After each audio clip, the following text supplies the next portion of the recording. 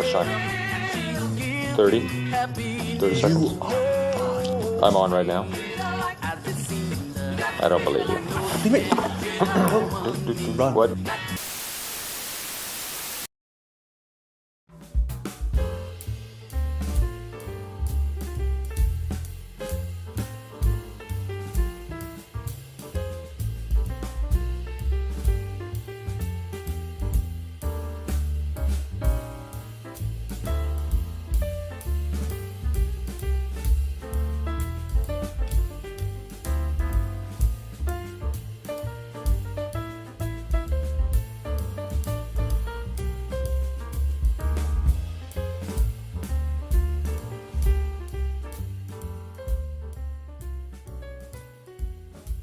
A very good evening, people.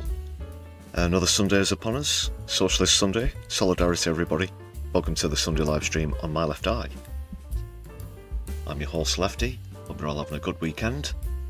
To round off the week, Doc Davies was first in the chat. Morbius, Yori Gibson joining us as well, Flow Snake, and others. Great to see you all.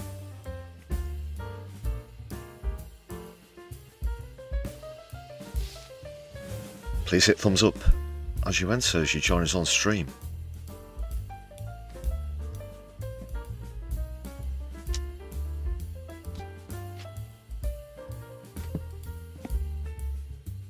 As we come to you live from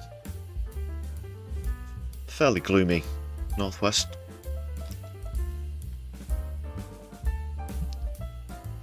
Not as stormy as the other day. I don't know how bad it was where you were.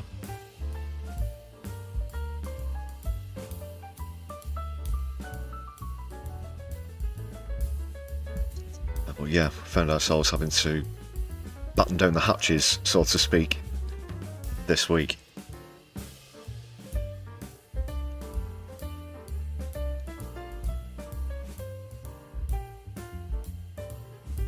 Also, please make sure that you've selected live chat instead of top chat there, that way you'll see everybody's messages.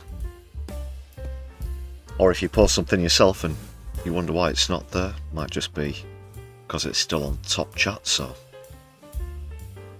free tips and hints. Yeah, please give us a share around your social media this Socialist Sunday.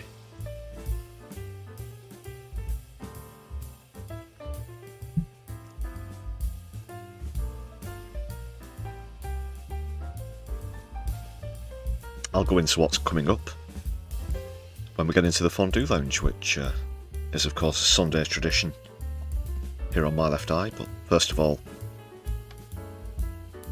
another feature this time of the week, Herbie Ranger and the Supersonics. That's the resident background jazz band. Whilst we're here in the chat lounge, or whatever you want to call it, on Sundays. Quite a few different bits and pieces to round off the week. But hopefully I've managed to put them all in a nice, smooth order, with some seamless segues to come. Quality streaming. I can't do quality, it's Sunday, isn't it? But I don't care.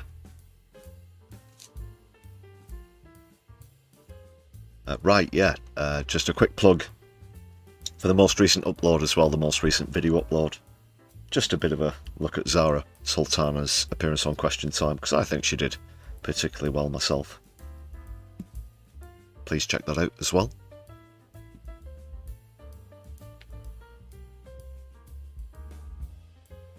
Morbius, good evening, hope you're well. Hope everything's been okay in your garden, in the storms. JK just joined us as well. Great to see you. Thanks a lot for all of your recent comments on recent content as well, I should say. It's always great to get feedback from regular viewers as well as people who only found the channel because of the video. And yes, on stuff like this, we're gonna get the odd troll. Nothing too bad. Just increasing the frequency of What sort of comments am I referring to here? Just like 3 laughter emojis, and then they say vote reform. Oh yeah, that's a really great argument.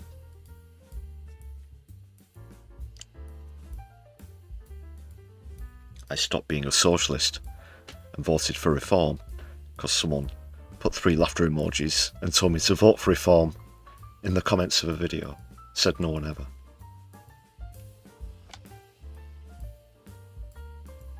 Sorry, I got a little bit raspy there.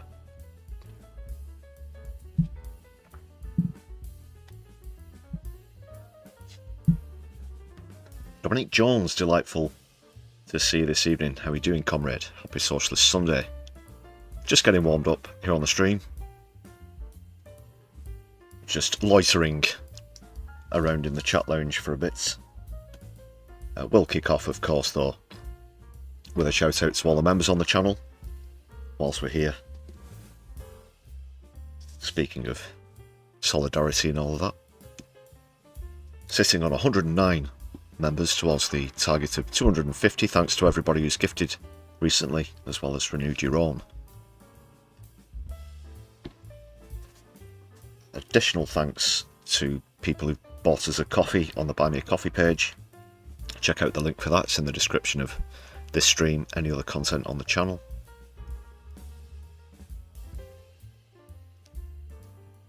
Got a great audience here on my left eye, as well as a fantastic amount of support, which we're very grateful for.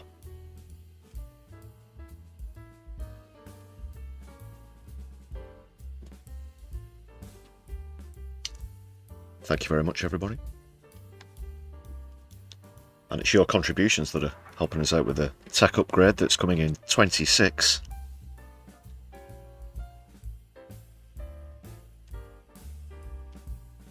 January. So yeah, more on that to come.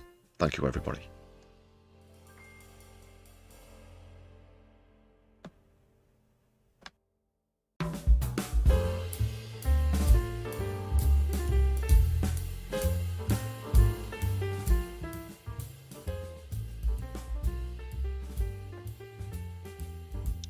Dominique, you lost 2 fence panels and a wheelie bin in the storm. Yeah, I was walking around earlier. Everywhere you go, there were a couple of trees that were blown over. Tons of wheelie bins, like you say. One road, I don't know what exactly happened, but there was just loft insulation everywhere. I mean, like everywhere. Couldn't tell which house it had come from, if it was a house or whatever it was.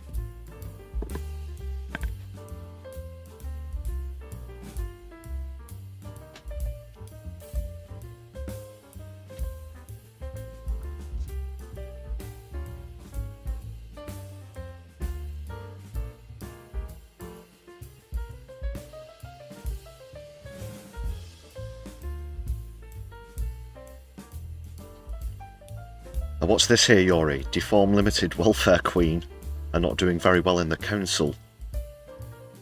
All the Tory boys are 1%ers anyway. Well, you know, you look at the sort of people who they put up for candidates, whether it's in Parliament or at a council level. They're the absolute dregs. I don't know why anybody expected anything less. We've got to be perfectly honest with ourselves.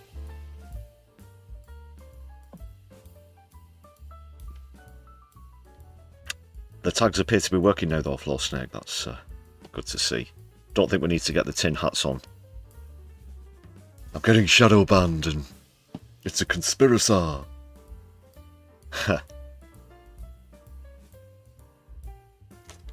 But yeah, we'll get on to reform a little bit as we go through the stream. There's 1 or 2 elements.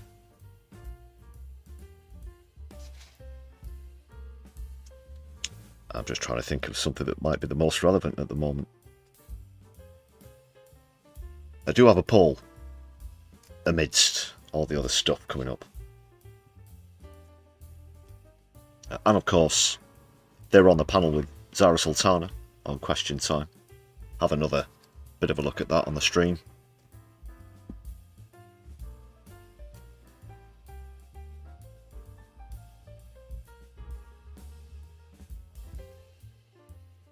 Well, that's investigation over then, Flowsnake. It's the comma. Don't put commas before tagging people in the chat. There's some other friendly free advice here on Socialist Sunday with your best hints and tips.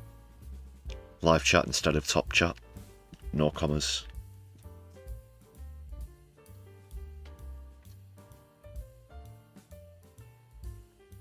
I'm very lucky actually to have such a well-behaved audience in general. There have been the odd incident, but when you take a step back, that's very few and far between. Always do appreciate the cordiality.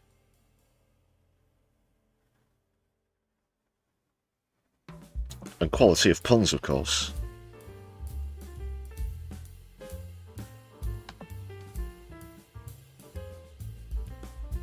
Can you dig it? Can you dig it? Can you dig it?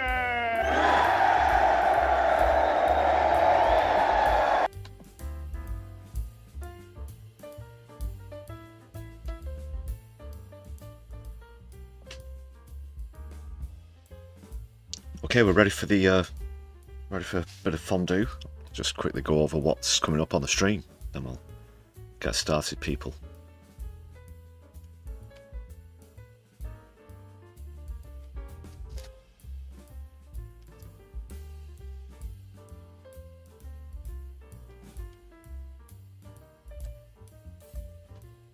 We'll be back with Harvey shortly.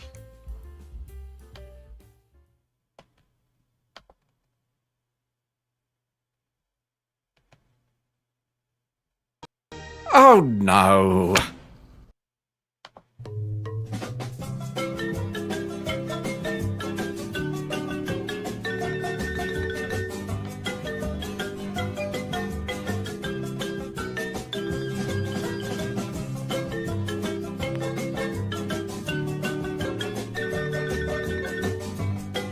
Okay, people. Be as quick as you can before it gets too musty, as always.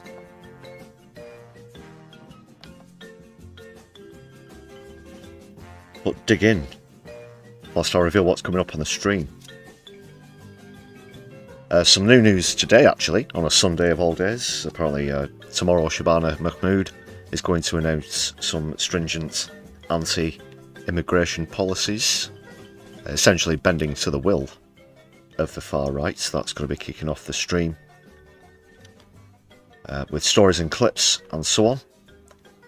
Then sticking with a bit more UK politics, looks like Rachel Reeves might actually be backing out on income tax rises that were going to be due in the upcoming budgets. We'll take a look at that and speculate.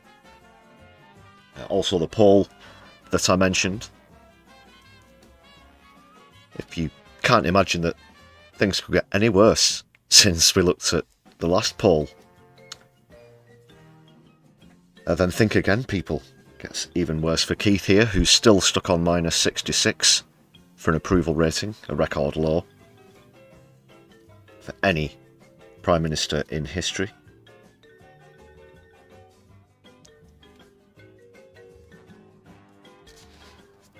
Then we're going to address a bit of a rumour that's been going around about a challenge towards Keith, but we're not referring to the recent one in which Wes Streeton was involved in this apparent failed coup communication clusterfuck with Morgan McSweeney in the centre of it all, of course.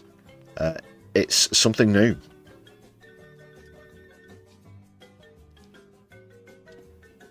And there could be a challenge coming from quite a surprising source, which I won't reveal yet. If anybody is familiar with this story, no spoilers.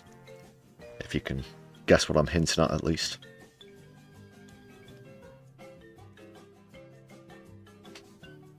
I'm going to be doing a poll about that as well when we get to it.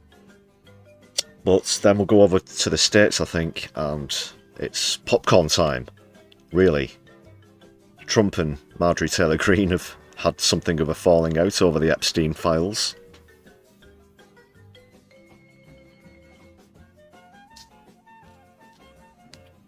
And then we will look at those, a few clips, I should say, from Zara Sultana's appearance on Question Time, which is very good. Good to see her and Polanski, you know, the big names in genuine left-wing politics at the moment, actually doing really well on mainstream media.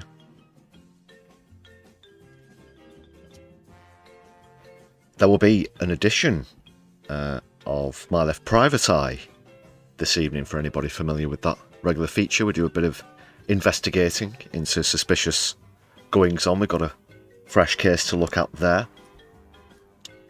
And of course we'll be keeping up with a few bits, the latest in Gaza.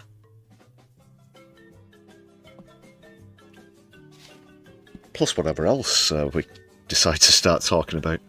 So, lots to get into. Please do stick with us for as long as you can on the stream. Hit the thumbs up button if you've not done so already. Get yourself settled.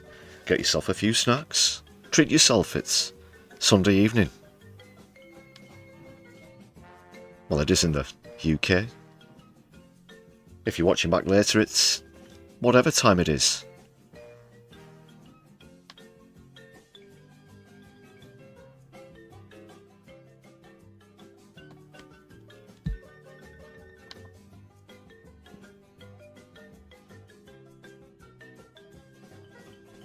You're surprised it's taken this long for the fallout to happen? Well, I can't say that I don't feel the same.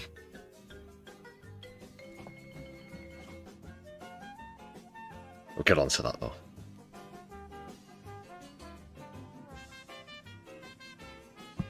Yori, that is quite correct though. Corbyn has only been on Question Time once, and that was rather a long time ago. I think it was between the 2017 and 2019 election. So essentially around the time where it was the height of, you know, the media pylon. He was getting permanently doorstepped 24 hours a day for years. Years!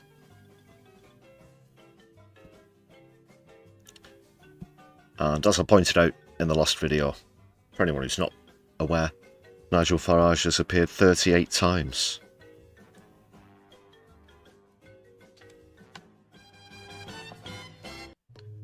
Okay, thank you very much, Keith. I think that's enough fondue for now. We'll be back in the lounge a bit later on. Just bring Harvey and the boys back in. It's a 4-piece jazz outfit.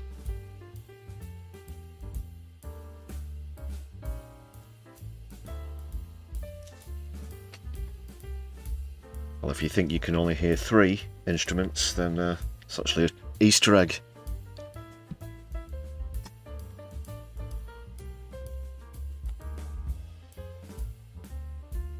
Will I reveal? No, not for now. We'll get into stories and things.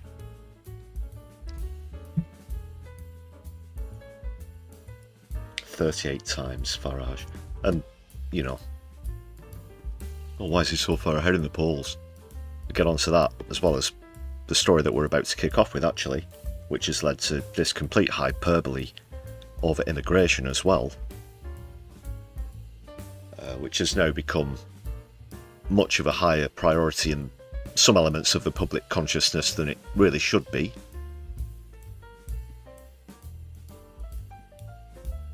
And it's a load of jumped up shit. We've got a lot more things to deal with within society. This so-called crisis isn't even a crisis. The only thing that you could describe as a crisis is the way that we actually handle things, the lack of legal routes and avenues that ironically creates this small boat situation that Farage and others have jumped on, and now, after so long, and it's one of the issues that you just can't escape in the mainstream media at the moment. Every leading story on the BBC is about migration recently. It's either migration or Andrew Mountbatten Windsor, or a flip between some other royal story / which MP has quit this week. But far too often, it's the leading story.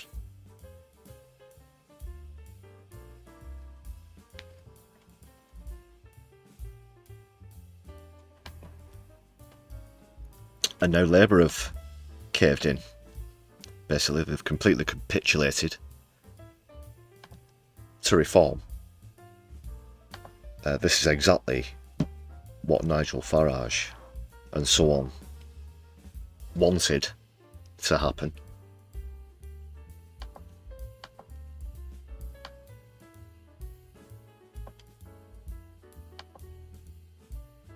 And what can you say? It's not only complete BS, this ridiculous hyperbole that's happening.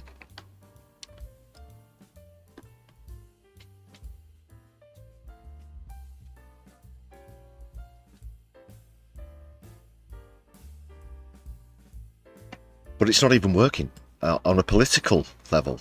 It's not a jostle between Labour and Reform at the moment, certainly not in the polls, which we'll look at shortly.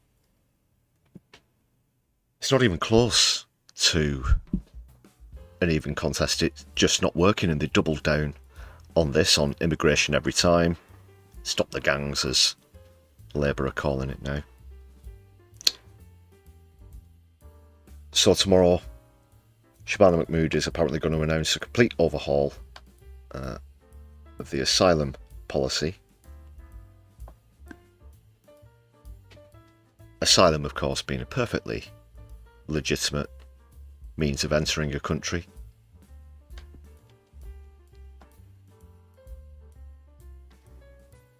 They're not illegals, or whatever the writer described them as. But get this, people. It could see applicants waiting up to 20 years before they can apply to settle permanently. 20 years. And it's currently 5. So that's a massive increase. 400% increase.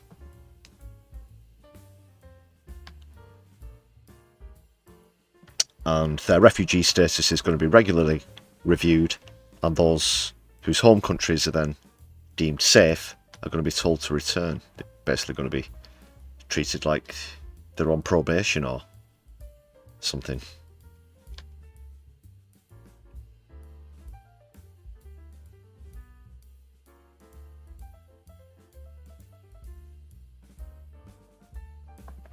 The changes are aimed at making the UK a less attractive destination for illegal migrants, leading to reduced small boat crossings and asylum claims.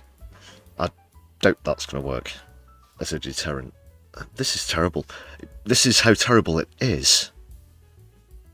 Earlier today, when this was announced, straight out of the woodwork came one Stephen Yaxley Lennon, aka Tommy,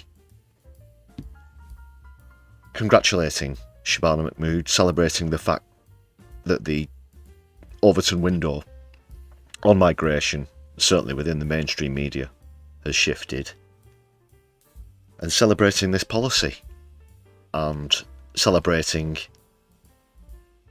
the fact that they've whined on about it for so long, and all of the grifting that's come along with that, as well as obviously the racism being baked in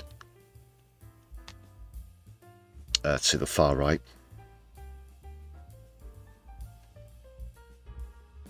So if that doesn't tell you that it's a bad idea, that people like that are celebrating this.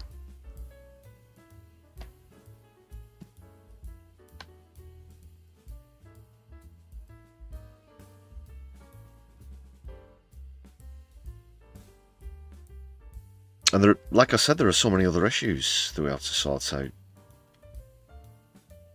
Labour act like this is the number one thing, the number one concern at the moment, so do the mainstream media.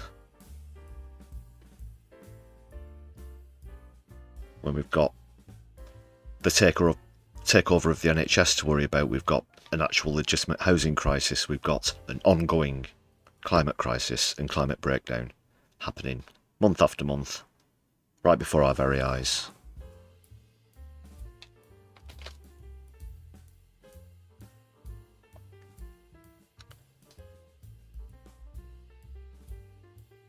And I guess it worries me as much as frustrates me, because it's another step to the right where the rhetoric is concerned.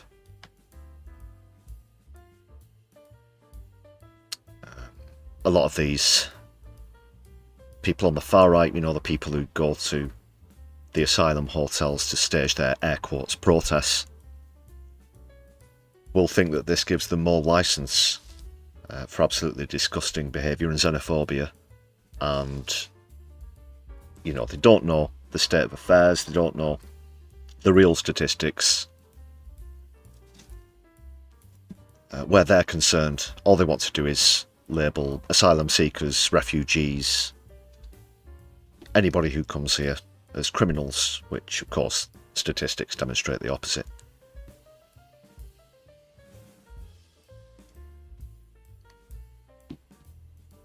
But they don't care if it's a legitimate asylum seeker who's come from a war-torn country or faced some other form of persecution. They don't care. They don't care. They will just point and call them illegals. Because it's a lot easier and simpler to just point and hate than it is to actually look into what's going on.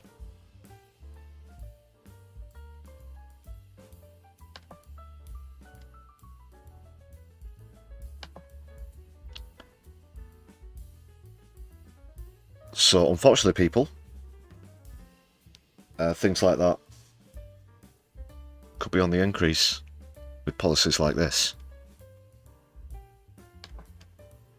I'm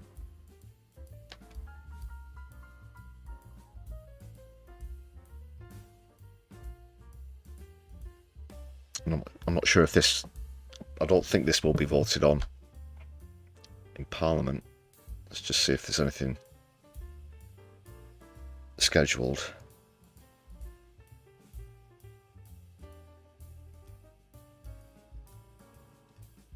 And they try and make the numbers sound, oh, you know, tens of thousands of people and this and that, you know.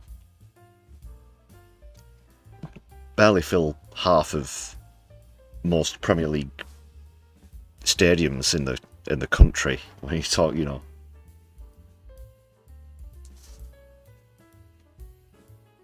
But this goes right back to the Tories as well. David Cameron as well criticised using terms such as swarms of migrants. And now we've gotten to this 20 years. That's so draconian, I don't even know where to begin. But let's see what you're saying in the chat about this, people.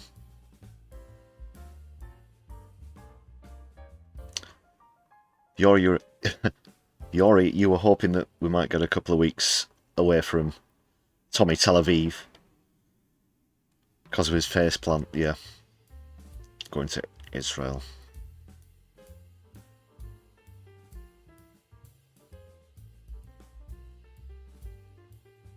Cosplatriots, the racist cosplatriots. Not heard that one before.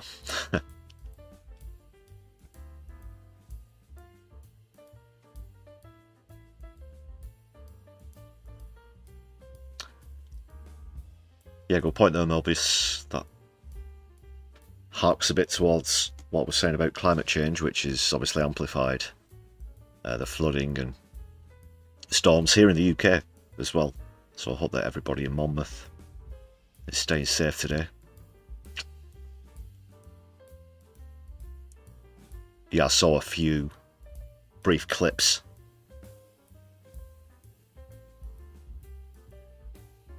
The entire town in feet of water. It's one of those where you get the odd person in a canoe or a dinghy.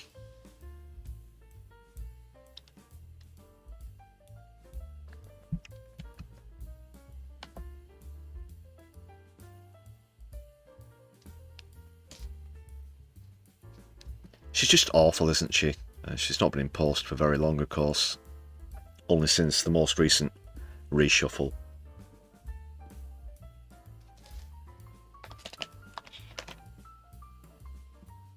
So now Tommy Robinson approves of people whose name is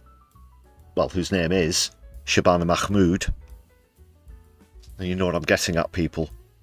So he's willing to approve of Shabana Mahmood as long as she's towing this anti-migration bullshit as well.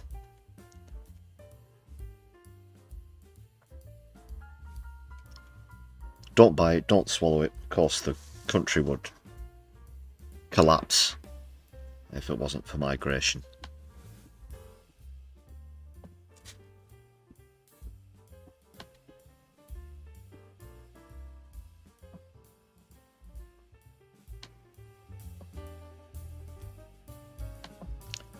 So it's a total capitulation to reform and the far right now from Labour. 100%. Not that we had any doubts that they've not been long gone for ages.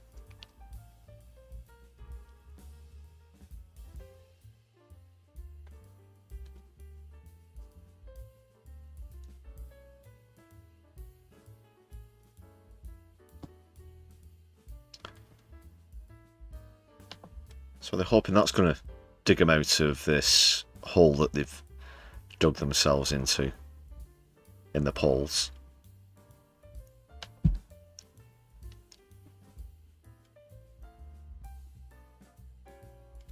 As well as this, from Rachel Reeves, who's maybe desperately trying to claw back a few polling points. That's she appears to backtrack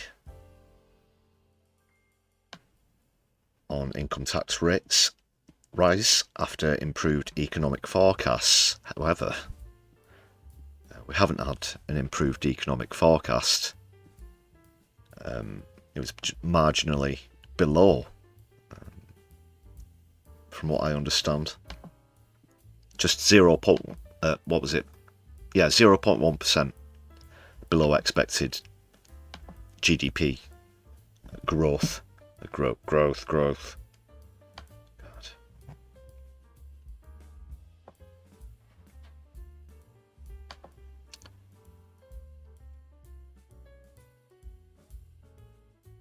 So it's okay now because everything's going really well. That means we won't have to have any other cuts, will we? Because we're doing better than expected, which is great news. So if this is legitimate, people, that'll be it for cuts. Oh, you bet it. You can put your life on it.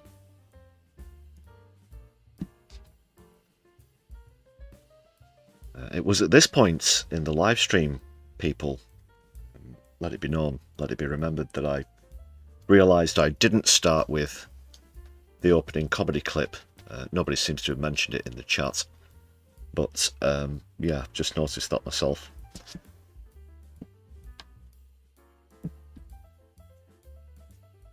I guess we'll have a comedy break after we've discussed this story then.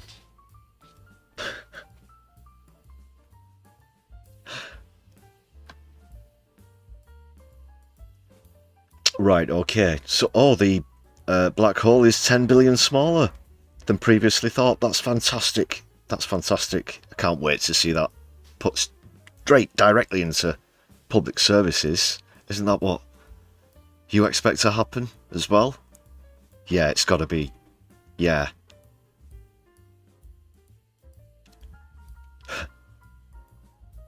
Well, we know what they're like, don't we?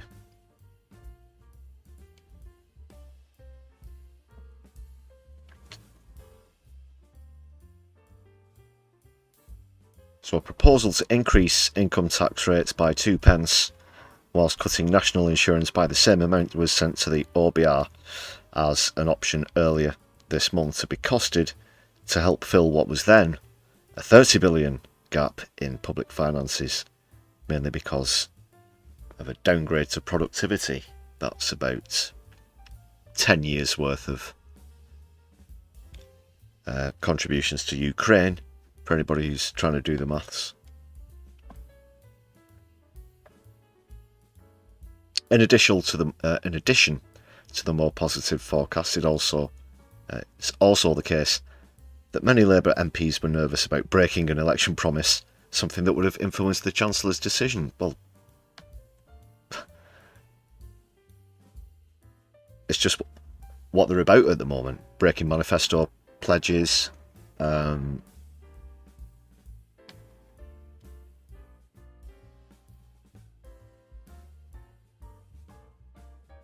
this would have been devastating.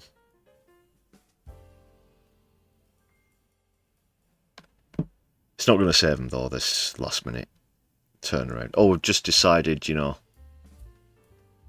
there'll be a little bit less austerity. It's not going to be anything to cheer or shout about for most people, the upcoming budget.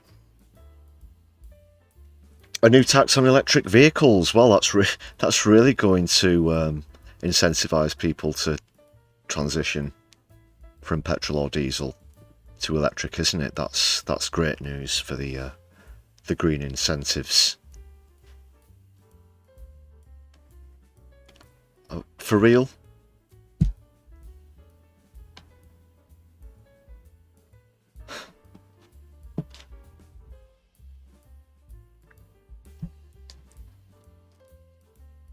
Yeah, let's just tax the entire green transition.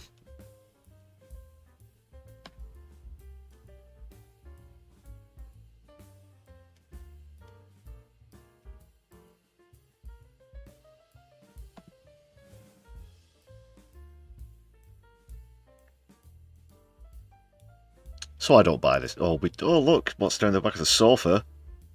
£10 billion.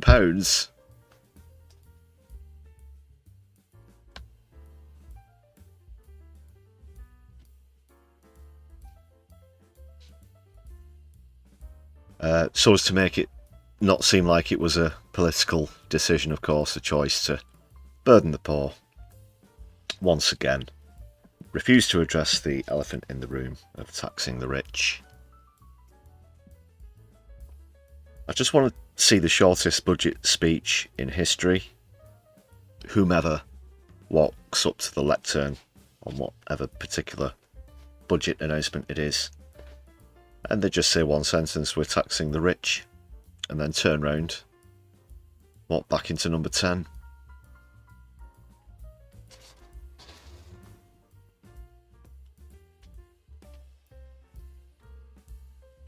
That'll do it. Instead of, I mean, what will it probably lead to? 20 minutes, 30 minutes of a droning on about the tough choices and the difficult decisions that I'm having to make. Oh no.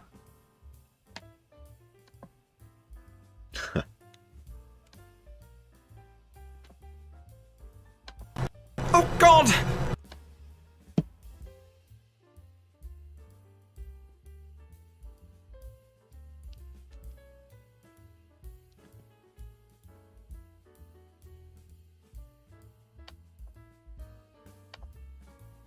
I'm just going to load up this poll now. Like I mentioned, still record low polling for Keir Starmer personally, and it just gets worse and worse in the voting intention polling. Let's take a look at this one. The numbers are getting ridiculous now, people, and the running order, that is the ranking of parties in the House of Commons. Don't know if you've seen this latest one from Stats for Lefties, who share this poll. They're not the pollsters, but they're a very good source of polling, as well as analysis, so I do highly recommend following Stats for Lefties, at Stats for Lefties, or at Lefty Stats, Lefty with an IE, that is. Lefty Stats on Twitter and Blue Sky as well. Give us a follow at My Left Eye UK while you're there, people. That's what's happening. Just before I show the seat estimate itself, which if you've not seen it, hope you're sitting down. There's good news and bad news, but look at that.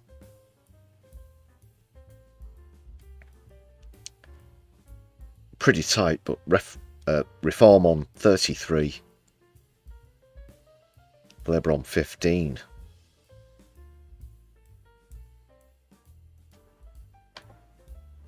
But let's scroll down, people. There is good news. Like, bit of a spoiler there as well. Look at this seat estimate. Now let's get the bad news out the way. Of course, obviously, Reform with 405 seats wouldn't be a particularly favourable scenario for Great Britain, if I'm being perfectly honest. Lib Dem losing one seat but still in second with 71. Look at this from the Greens though, up 54 to 58. Third in terms of seats, so yes, overtaking the SNP, who will, whatever happens, whatever poll you're going to see, continue to wipe out in Scotland. A bit of Lib Dem in there as well though, as you can see. Just, it looks like more than there is, it's just those two constituencies are huge, because they basically, at the extreme north of Scotland, consider, you know, the butt fucking nowhere of north as you get towards John O'Groats.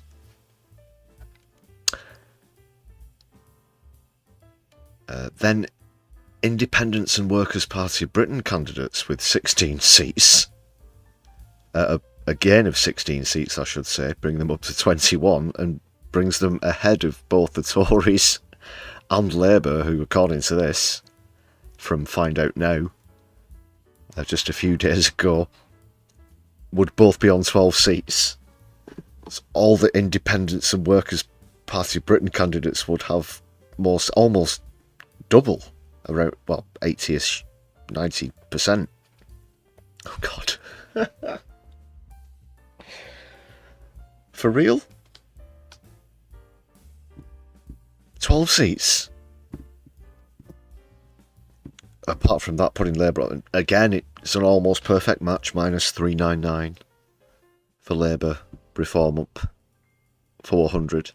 Apparently nicking the extra one from Lib Dem, it appears on this poll. Look at all the bright blue there. Disaster. Lib Dem making a lot of gains in the southwest, you can see.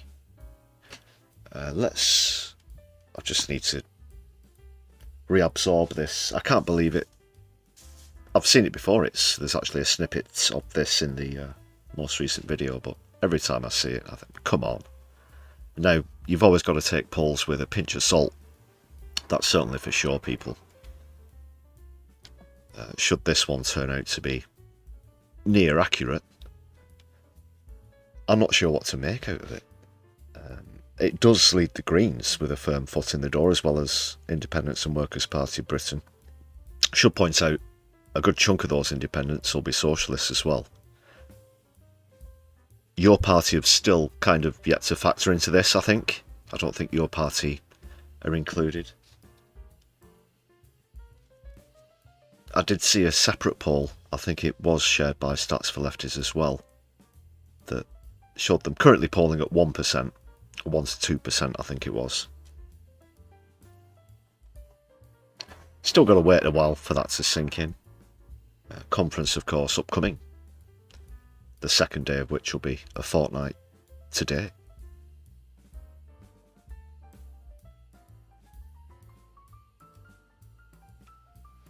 Yeah, I think a reform government hopefully would immediately implode and collapse. There'd be a call for a swift re-election.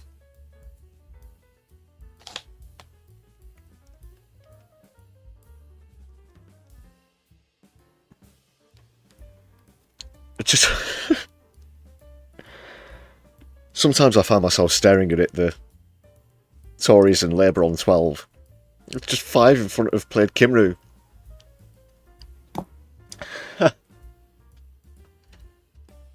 Yeah, legacy parties, 20th century politics, I think it's safe to say that's all gone now. Even chronologically, it had its day 25 years ago.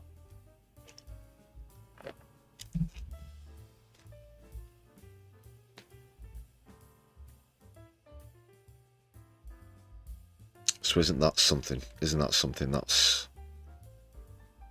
the worst for Labour that we've seen, obviously. Look at the current government.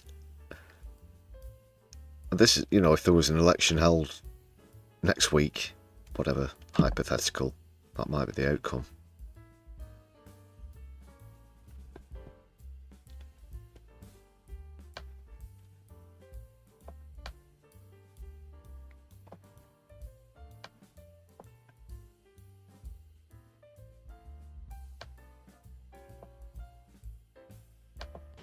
Have you lost control of your MPs, Prime Minister?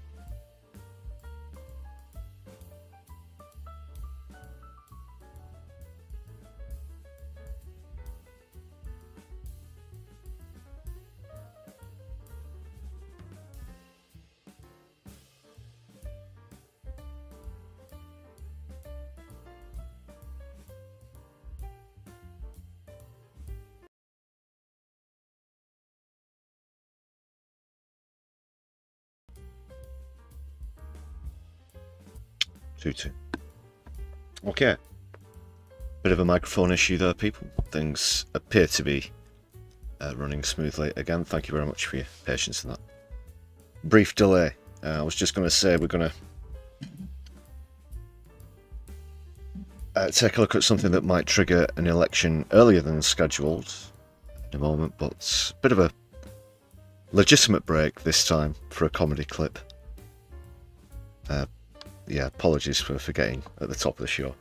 I was too engaged with all of your awesome comments in the chats, is what it was.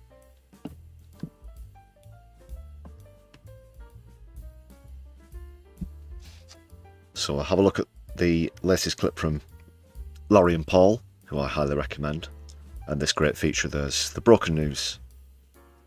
Great stuff as always, check them out, that's Laurie and Paul on YouTube, and then we'll see what's happening with this leadership challenge that could trigger an early election.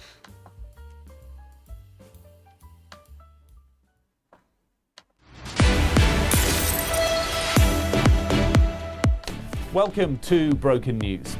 The leading candidates to take over as Director General of the BBC have been leaked. It's as the corporation reels from a week of controversy and the threat of being sued by President Trump. Let's get more on this with our reporter Bogier Ombegier, who's live now at BBC headquarters. Bogier, a difficult week for Auntie. What's the latest? Oh, really? Where's Streeting? Bogier? No one's going to go for that move-faced prick. Bogier. Thank you, Jesus. Yes, it was here at New Broadcasting House just behind me where the BBC committed the cardinal sin of shortening the sequence between two statements made by the same person in the same speech. That person was Donald Trump.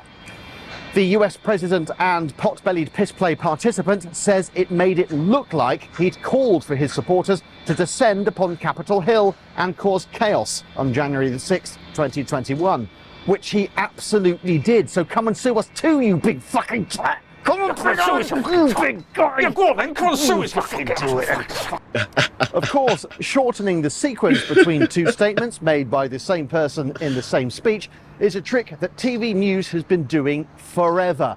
But since BBC News did it this time, thick as mince right-wing gobshites have been frothing at the pearly gash to bring down one of our nation's greatest institutions. President Trump has said he will sue for $1 billion, which was just the first number that came into his flabby vagina-necked head. Well, as you'll know, the Director General of the BBC, Tim, "Oh, I wear trainers to work," Davey, did his usual thing of handling it as well as Stevie Wonder would handle something that requires a lot of hand-eye coordination and precision. We can write this joke later. Actually, it might come across as insensitive, so just maybe let's not do it. Make sure you don't read this bit out. Mr. Davey then resigned, and Broken News understands there are two candidates in the running to replace him. They are Andrew Mountbatten Windsor.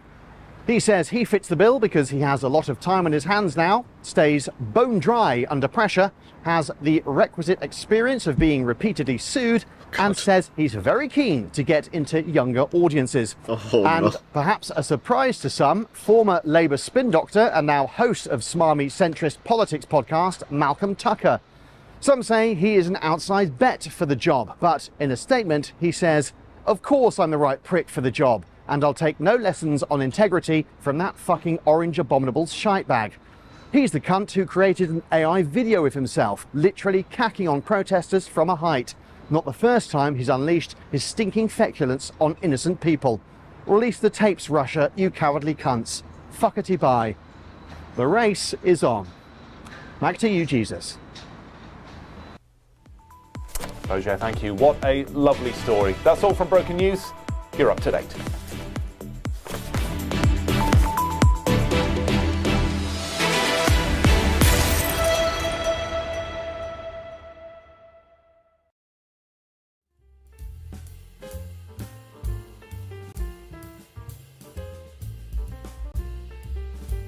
Larry and Paul, Broken News, go and subscribe.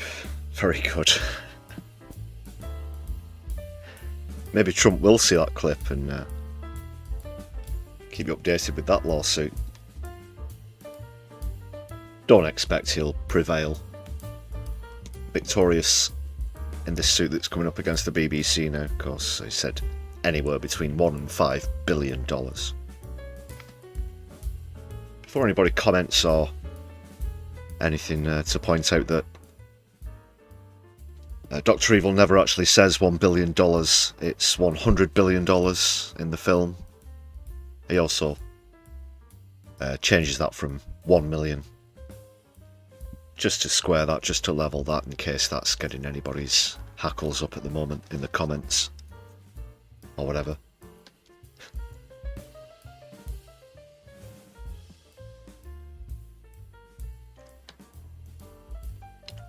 Get on to another story with Trump, like I said, shortly.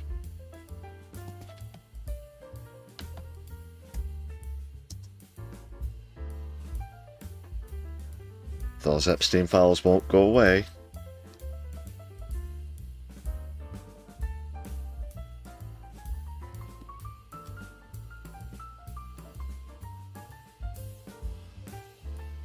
For now, though, just cue this up.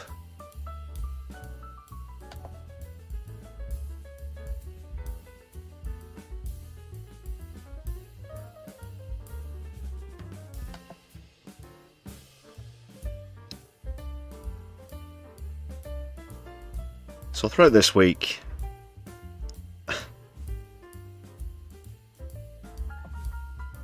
there's been this debacle over a leadership challenge surrounding West Streeting, but I'm just getting rid of all these ads and stuff. One sec. There we go.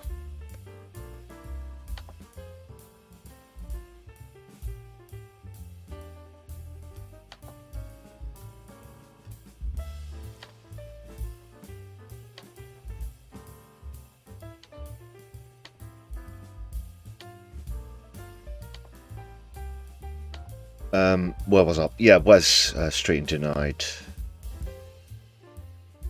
that he was actually going to be making any sort of challenge, and there was an apparent investigation as to who was putting all these briefings around Number 10 about basically doing what Johnson did, turning it into a fortress to protect Starmer because, figuratively speaking, the Knights were out for him.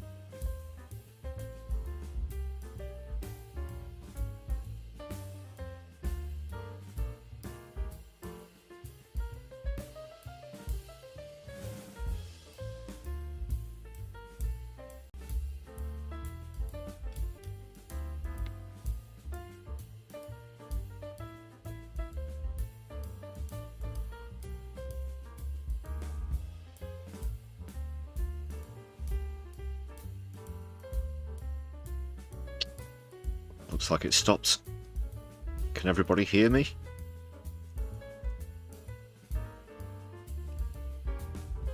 A bit of buffering on the YouTube studio there, people.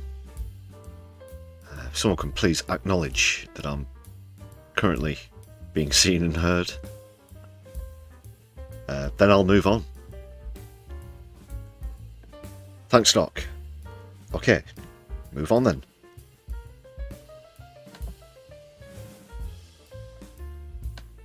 Sorry about that. It's out of my hands, YouTube studio.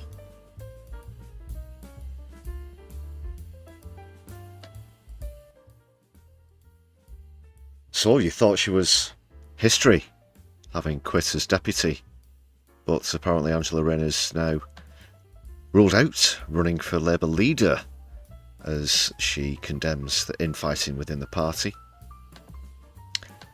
calling it arrogant tittle-tattle.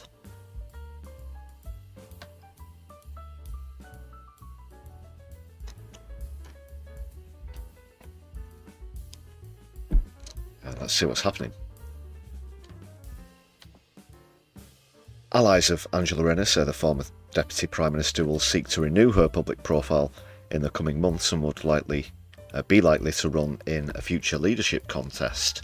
Her first major interview this weekend, Wren condemned arrogant tittle-tattle and Labour infighting Dominating the past week, Rayner, often considered as a potential successor to Keir Starmer, declined to rule out running for the job of returning to frontline politics, saying that she's not gone away. However, those close to Rayner, who've been seen as a frontrunner to succeed Starmer until her shock resignation over overpaid stamp duty, say she was significantly shaken by the impact on her family. That said, that will be the key factor over whether she would run, and that it was nonsense that she was plotting any imminent challenge.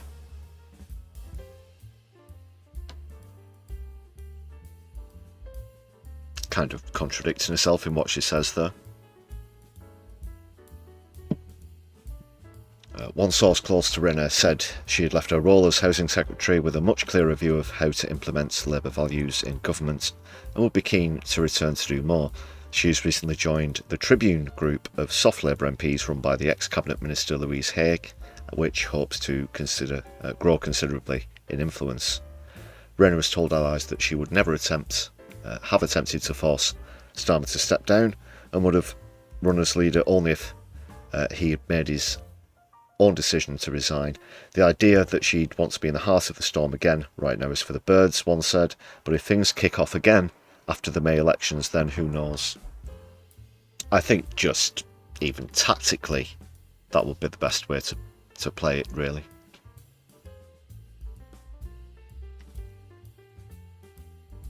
You saw the poll a few moments ago. That's only going to get worse after the budget. So Angela Rayner also criticised the briefing against West Streeting, accused by some allies of Starmer by plotting to challenge the Prime Minister.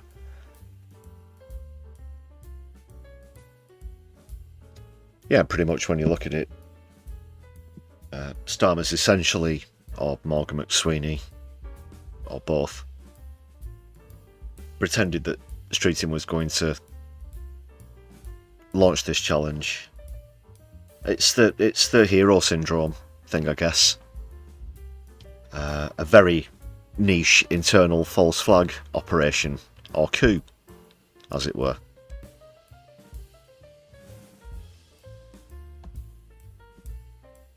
Phony coup, that is.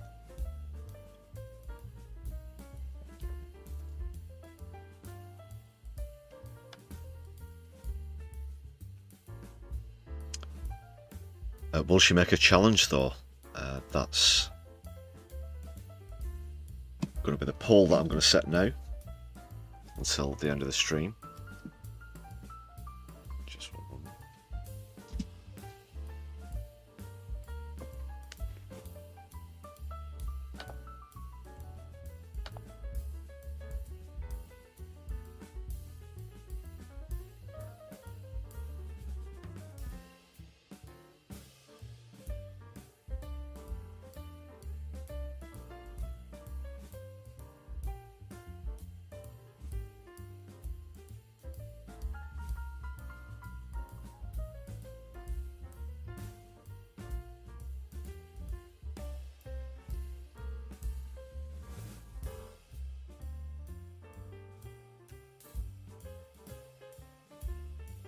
It's launched. You should be able to see the poll now.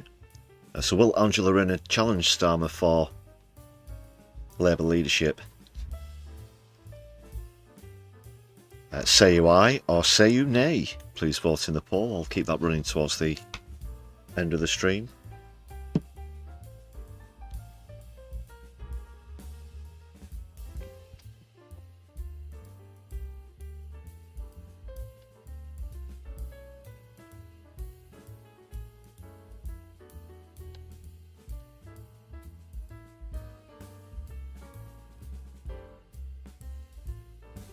And we're going to take a look at what's going on in the States now.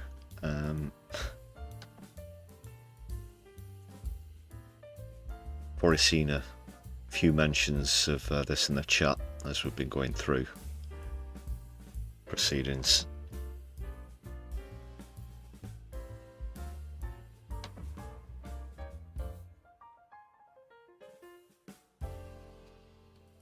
But Donald Trump and Marjorie Taylor Greene have fallen out It's finally happened. So let's see what's happening. This is, of course, ahead of vote on the Epstein files. 20,000 such emails were released this week, or last week was it, by the Democrats. It's all coming out. It won't go away. He's jumping through hoops. Now, these are both two completely appalling individuals. It's one of those where you just set up the deck chair, get the popcorn out, whatever takes your fancy, and enjoy.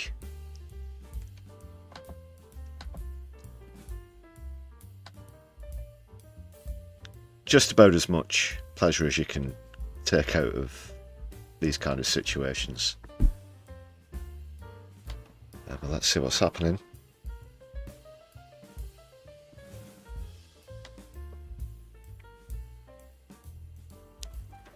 On Friday, Trump called Green wacky in social media posts and said she should be unseated in next year's elections, called her a traitor. Green has in recent days questioned whether Trump was still putting America first and criticised his handling of the Jeffrey Epstein files. No, of course he isn't. He's putting Israel first. But where this is concerned, he's just using, or abusing, I should say, everything in his power to try and make this story go away, but it won't. It gets worse and worse. And I'm not sure if it's going to be highlighted anywhere in this article, but there's now a new rumour that Bill Clinton's name appears in the Epstein files, but not perhaps for the reason that you might think, people. There have been suggestions or allegations made of, well, how can I put it, certain acts of a different kind of Congress between Donald Trump and former President Bill Clinton.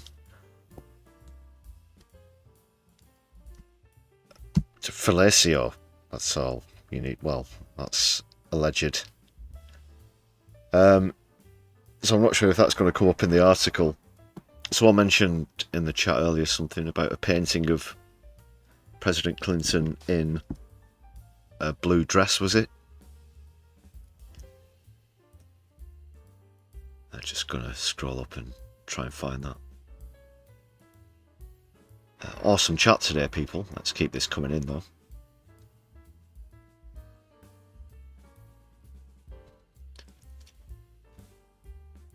That's it. Morbius, yeah, there might be some sort of weird humiliation fetish with these elites. I don't know, public exposure or something like that. Who knows? You might not be far from the truth. Would you be surprised? Would anything surprise you at the moment?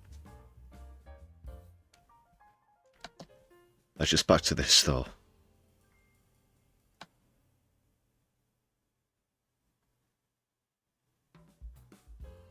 The feud comes as the House is set to consider whether to release the files, that's the Epstein files, of course, to the public. These are the ones that have been said don't exist. Speaker Mike Johnson says he'll put the bill to a vote.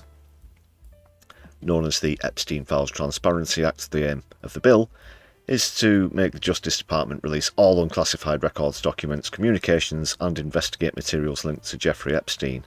I'd imagine that'd be quite a bounty of material.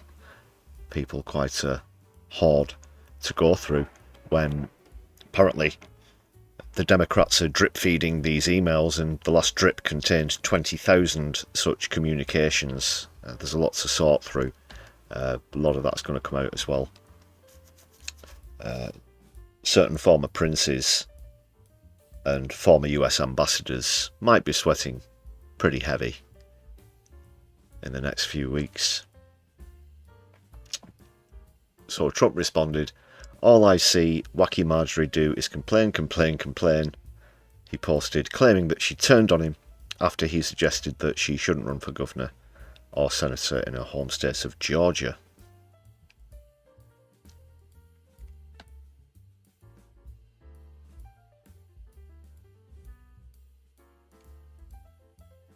that'll be on Truth Social, I'd imagine.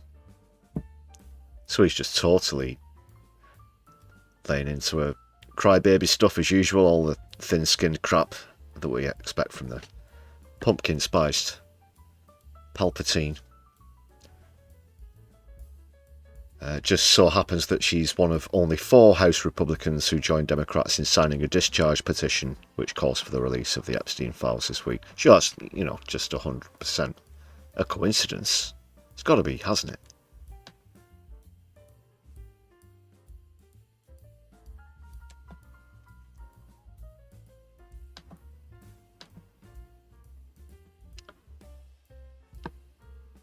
But this is how she responded to Trump's comments. She says, as a Republican who overwhelmingly votes for President Trump's bills, as I said, they're both horrendous people. She backs his agenda as well. His aggression against me is completely shocking to everyone. Well, not to me, and I'm sure not to a lot of the viewers as well. Because this is just the way he does it. You either kiss his arse or this is what happens. She surely knows that. She's been part of that. When other people have been on the receiving end of it. But now she's getting, I guess, a taste of her own medicine. But she's standing up to it. This is it. This is what is finally, you know, making people break away from Trump. From the brown-nosing, all the rest of it, all of the sycophancy that surrounds him, that he insists upon as well, let's not forget. But these Epstein files, the more that keeps coming out about it, even the hardened MAGA campaigners and Congress people, I think that's beyond the pale for just the perhaps smidgen of moral consciousness that they have remaining, or purely perhaps just for a career move, because they know that he's doomed. So perhaps early attempts at disassociation more than moral awakenings are what's responsible.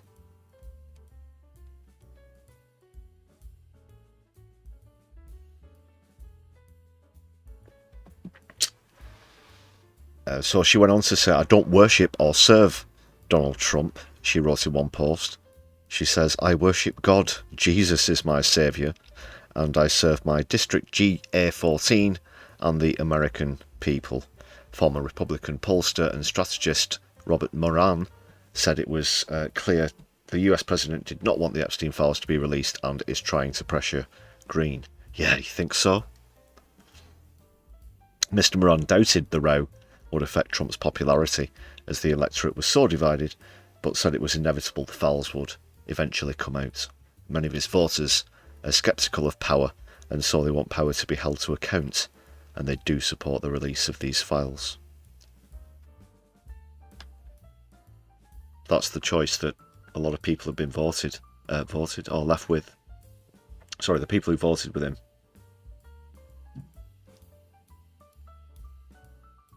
Continue to support someone who's committed the most heinous acts that you can think of, is alleged to have, and whose name is all over these Epstein files. All wake up and smell the coffee and just turn around and say that you were wrong and you backed the wrong horse.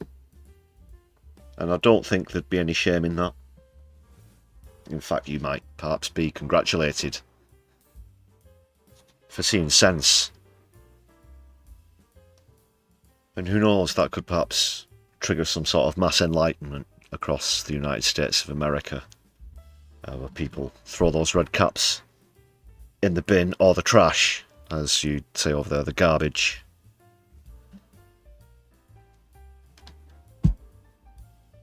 We can only hope.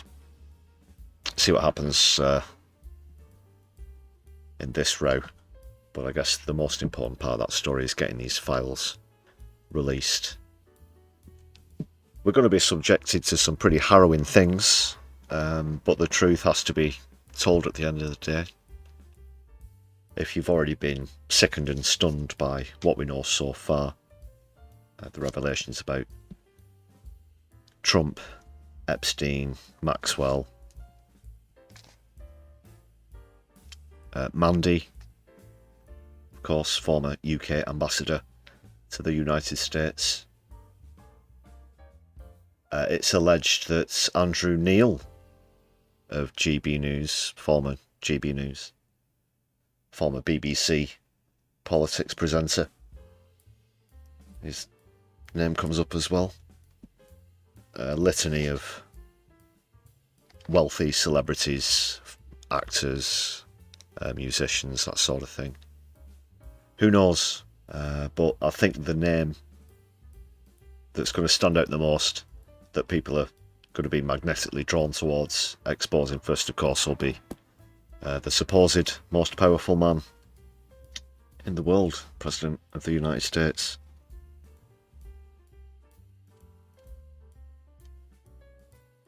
And that supposed was very deliberate there.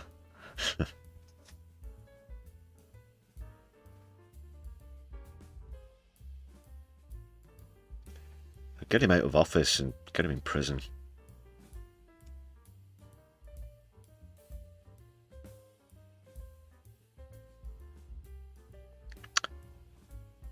Peasants Revolts, you are with us this evening.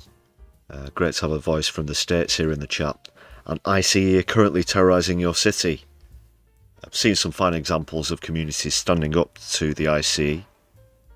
But whatever you do, don't put yourself at too much personal risk. I hope everything's okay in your city. Don't know if you're happy to disclose which city that might be. But yeah, it's awful. It's basically like the brown shirts.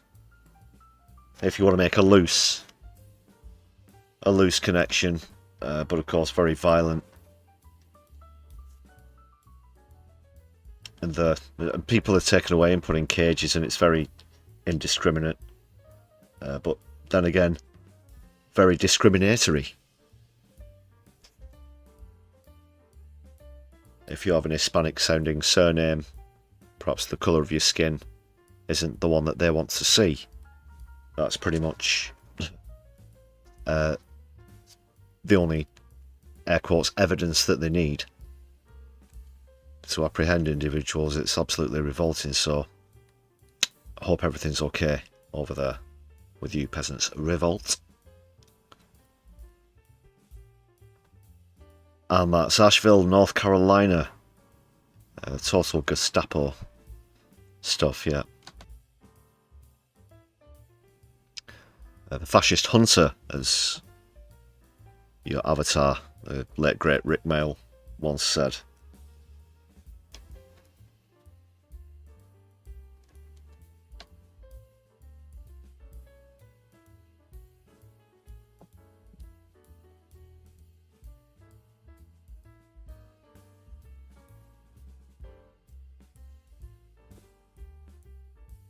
Just having a look at a few other comments as well. It's also very tight in the poll. 50-50 at the moment. If you're just joining us, please do vote. That's about UK politics. If Angela Rayner, who recently resigned as deputy leader, will actually make a leadership challenge against Keir Starmer, will she wait until she's certain he's at his absolute weakest?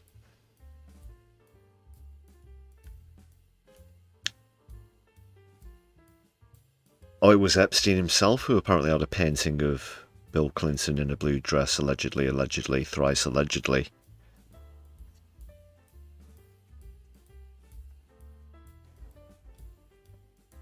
Yeah, and just what are these things all about?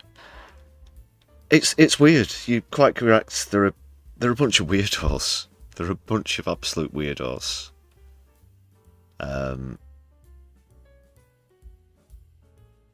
That obviously no homophobia or transphobia in any of that. But it's the fact that you have portraits of people who you're close to. Up at, you know, we've all got good friends. We all have good friends, but if you want to talk about cults and things like this, the letters that people sent to Epstein and all of that business, and the pictures, remember the pictures, we went over that. I've been over that in content, and we went over that in live streams. And just, my God, there's something not right. There's something not right about it at all. Not just in terms of, obviously, these horrible trafficking that's going on, or was going on. It goes even deeper than that. God, who fucking knows? It's some weird, fucked up, private rich people's club, that's for fucking sure. Pardon the French. Semi-rancy there.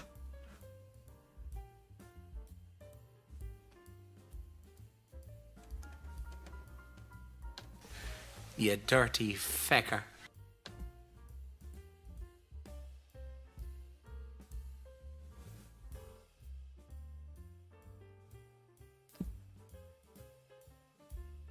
I mean, I don't know. I've heard all sorts of suggestions or names. We'll just have to wait and see what comes out. But we'll leave US politics there for now, or that particular part of it, at least.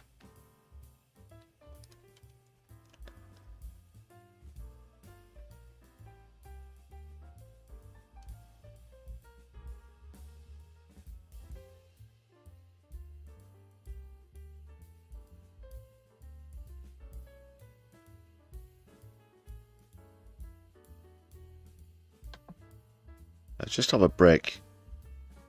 Used a couple of these clips on the recent video that came out the other day, but definitely worth watching again as we sort of recap the week on a Sunday live stream. So I'll just play these through. They speak for themselves. Let me know what you think about Zara Sultana's performance on Question Time.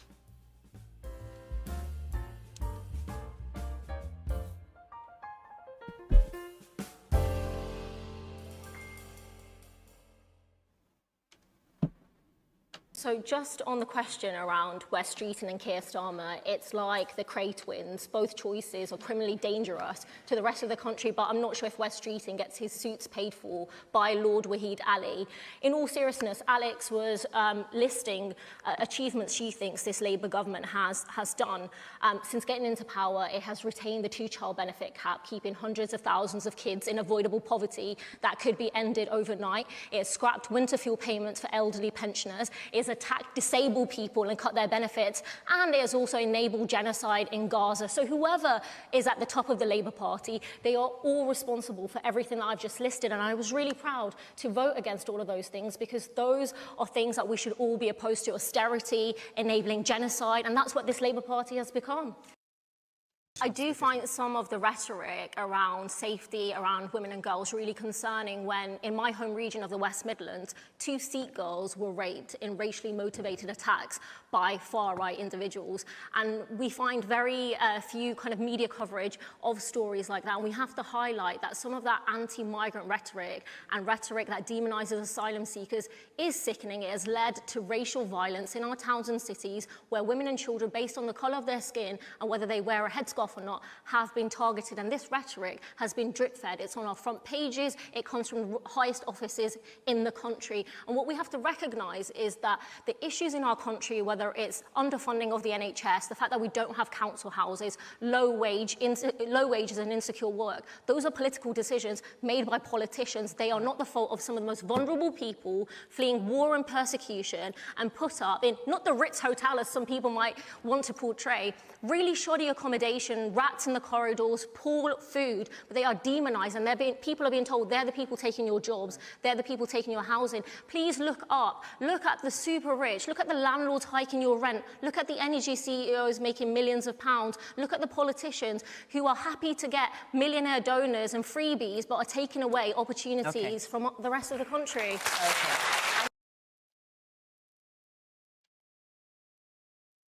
The magic money tree exists, it's in the City of London, and it's with the billionaires. This is about fairness and ensuring that we have a fair fiscal base, that our taxation system is fair, and that we're all paying our way here. Like, we all have to budget responsibly in our own homes, right? We all have to prioritise our spending. But a government budget is not the same as a household budget, Alex. What's important here, though, that is we're not just paying off our credit card debt, that we don't want to be paying... Just one quick point on that part. She chose to completely ignore what Zara Sultana correctly said there, this comparison of household debt to government debt. A household doesn't have the bank of money that literally has a license to print money, for example.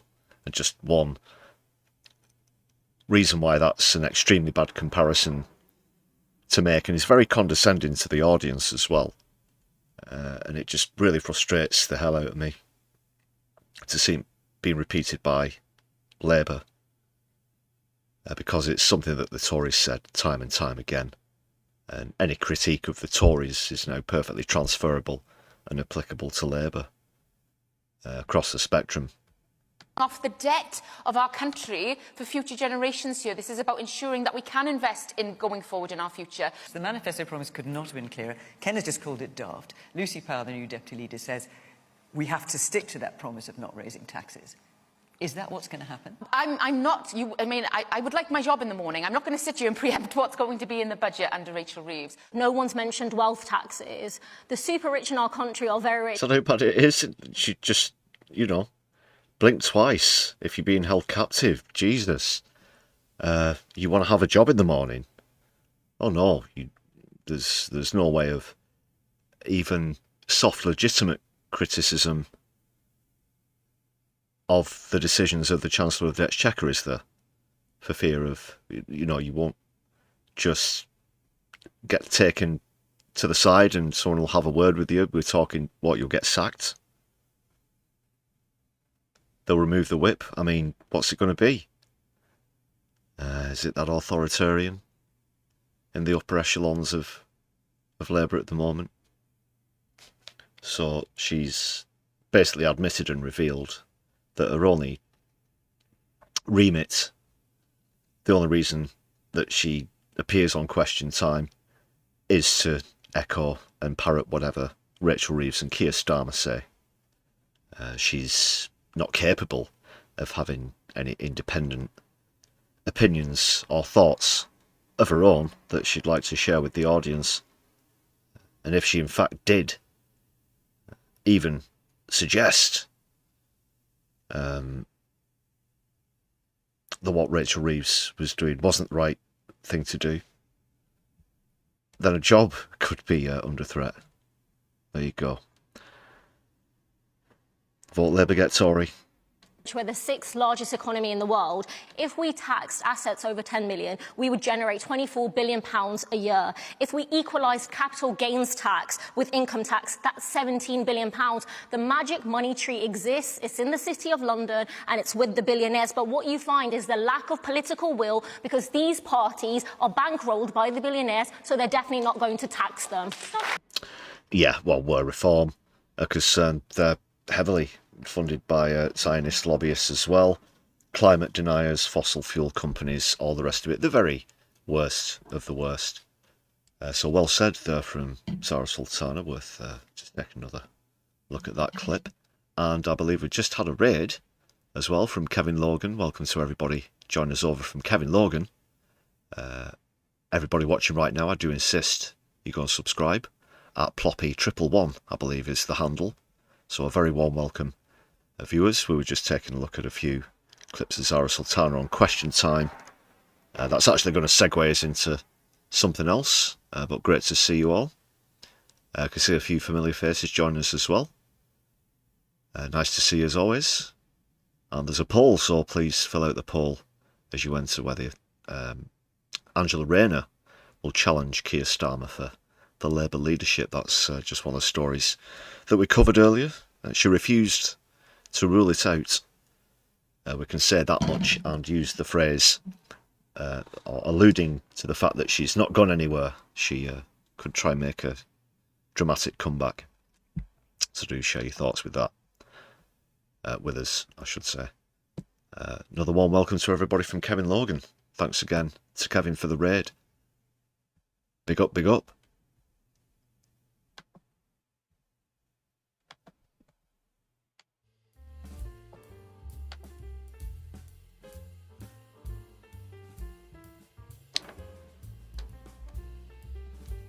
Don't worry if you're a bit late, idiosyncrasy. Graham Turner as well, join us in the chat. You can always catch up with the rest of the stream later on. It's a pleasure to see you. Davinia Robbins joining us as well. Ephra Wells, Andy Carter, Edward Sexby. Great to see the chat filling up. Just another reminder, please hit thumbs up as you join us here on stream, people. A few more bits and pieces to get through. Obviously Zara Sultana, a great campaigner for Palestine and for Gaza. That is going to segue us into the next sort of batch of stories. And I'm going to lead with this, people. This is a story that broke yesterday, quite late yesterday.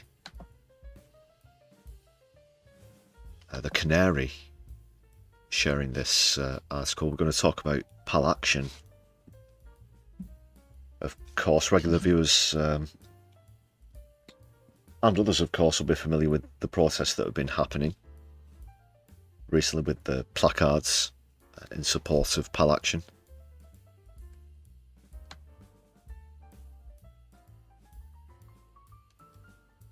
Those protests by Defend Our Juries, of course, and there was a demonstration yesterday in which some of the demonstrators were actually attacked. And unfortunately, someone who wasn't actually involved in the altercation, a passerby, died during all of this. Let's see what's happening. First of all, obviously, condolences to the family of the passerby who had a cardiac arrest, it appears. Well, this is terrible.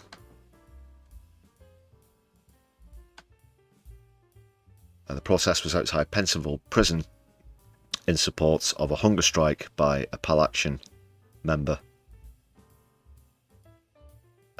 And it's now transpired that it was actually an independent journalist there in support of the protest, according to people on the ground. On top of this, a presumably far-right Zionist agitator attacked the humanitarian demonstrators. So far, the corporate media has not reported on the situation. Like I said, this came out last night. I've not heard this mentioned at all. Still, as we come towards late Sunday evening, terrible from the mainstream media not to point this out. Idiosyncrasy, thank you very much for the 5 gifted memberships. Solidarity, let's big up in the chat, please, people. Thanks again for that, Idiosyncrasy.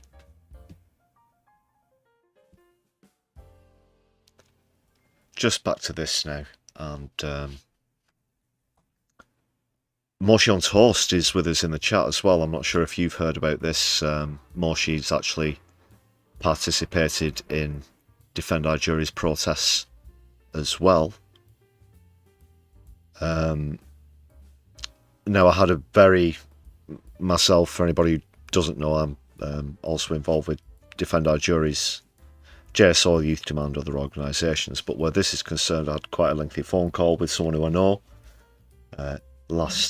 yesterday evening. As soon as I heard this article, that demonstration was very close to where they live, actually, in London. And yeah, they said it was awful. It was awful. The attacker was stopped and arrested. This came after local residents were reportedly throwing eggs at the protesters and trying to take the Palestine flags. Then a man suffered a heart attack and died at the scene, as I just said earlier. He was a journalist. His name was David, and he was a Palestine supporter there in solidarity.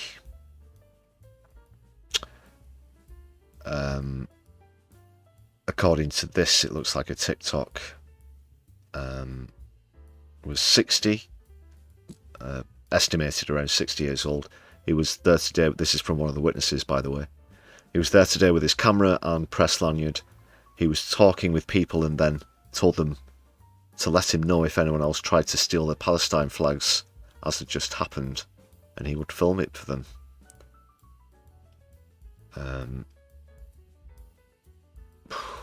It's, first of all, obviously someone having a heart attack is awful, as well as the attack on the protesters themselves. This is a bit close to home, if I'm being perfectly honest, people. Cameron Ahmed is on hunger strike in Pentonville prison, along with 5 of his fellow anti-genocide direct action activists, all part of the Filton 24 Palestine Action actionists who have been in prison for more than a year and face up to 2 more years in prison before trial. So this was on Caledonian Road, for anybody who's familiar with London. This is in Highbury and Islington.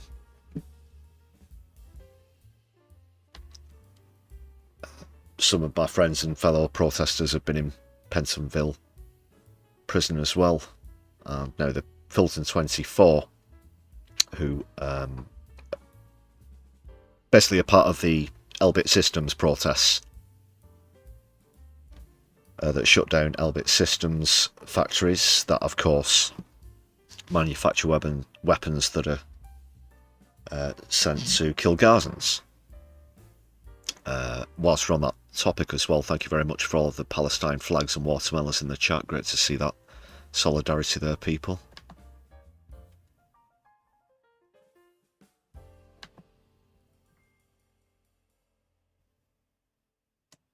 Just check the chat's doing its best to catch up. I think it's there's quite a lot coming in there. Great to see, though.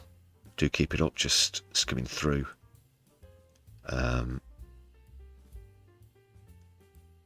Yeah, Moshi, I'm gutted as well. I'm gutted as well. Again, condolences to David's family, the journalist who died at the scene. As far as I know, no major injuries to the other protesters who were attacked with eggs, but that's revolting. That's revolting behaviour from antagonists.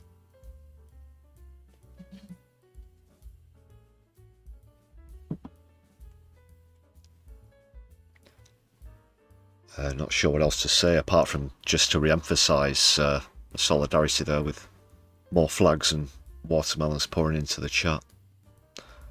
Keep you updated. I'll keep you updated, I should say, if I hear any further details on this. I won't go into the full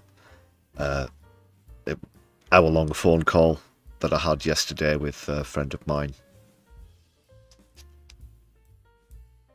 Suffice to say that this isn't welcome news.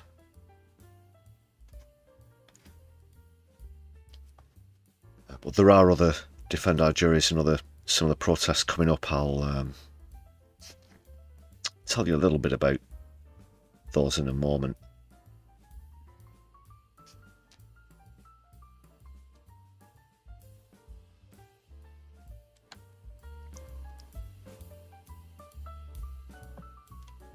We'll just get on to a few other things concerning Gaza and Palestine, though, whilst we're on the topic.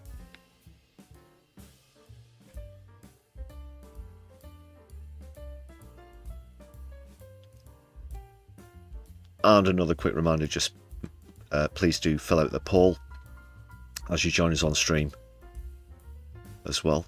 Have we had another raid?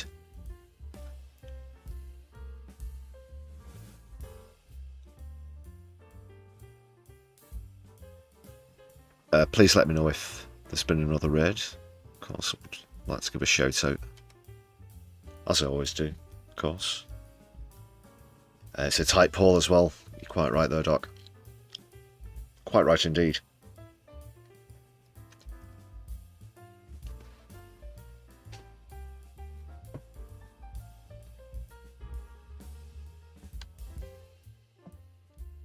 Yeah, we do have a new case to solve, people.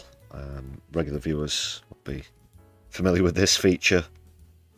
For anyone who doesn't, where investigation's concerned.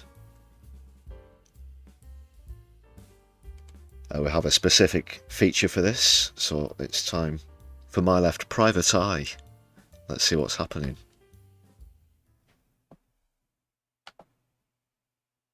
It's time to rip the lid off of it!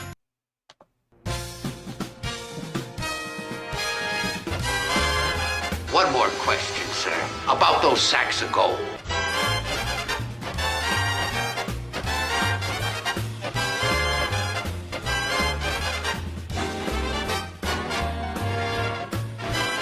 Oh wow, a police chase!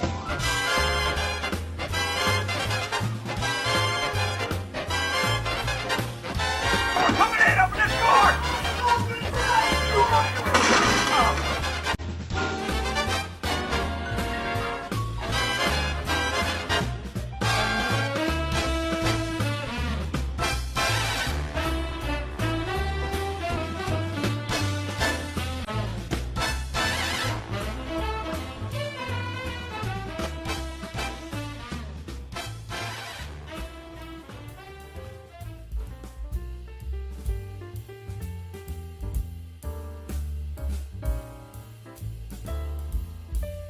My left private eye, people. What are we investigating this time? As I said, it's a fresh investigation. We've looked at other things in the past, the Charlie Kirk assassination and one or two other things. No, it's not about the alleged Trump BJ, Andy Carter. Great to see you in the chat, by the way. Oh, apparently I also, all thanks to Helena at No Justice for the simultaneous raid earlier. So do check out at No Justice MTG. Insist. Do get the reference the N1 AFE. Am I pronouncing that correct? Neef? N1 AFE? However it's pronounced. Yeah, the Naked Gun. Leslie Nielsen. Classic.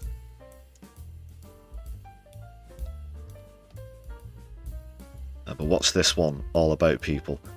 No, it's not the alleged Trump BJ, as I said, Andy. We sort of covered that one earlier. It came into the periphery of the conversation, and we've since blown it off.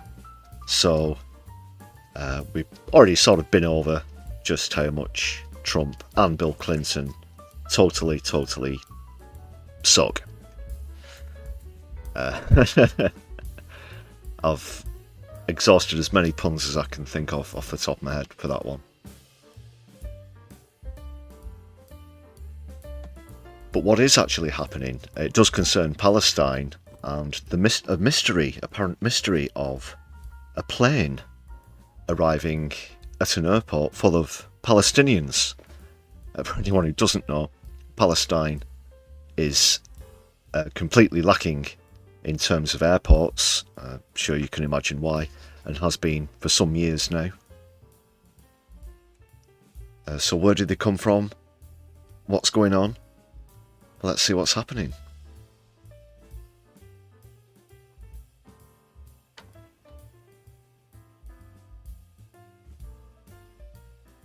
Just upload this bookmark.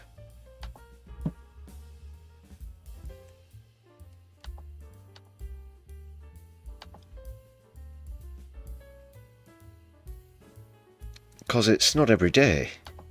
It's South Africa, I should point out, that are conducting this investigation.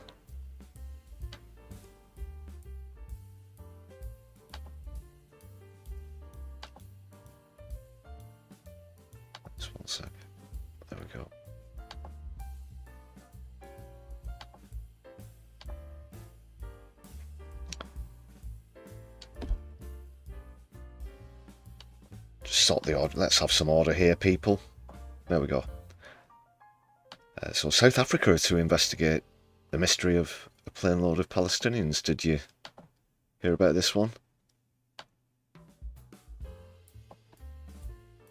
Cyril Ramaphosa says there will be an investigation into the mysterious arrival of a chartered plane carrying 153 Palestinians from Gaza into the country.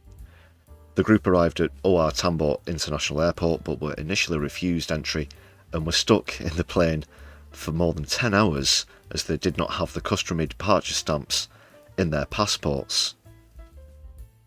Most were eventually allowed in after intervention from a local charity and because of the government's empathy and compassion, Ramaphosa said. Of course, South Africa instigated the accusations of genocide against Israel with the ICG, the ICC. But somehow they were mysteriously put on a plane that passed by Nairobi and flew to South Africa, reports on the News 24 site said. Israeli military body Kogat, which controls Gaza's crossings, said in a statement the residents left the Gaza Strip after Kogat received approval from a third country to receive them. It did not specify the country.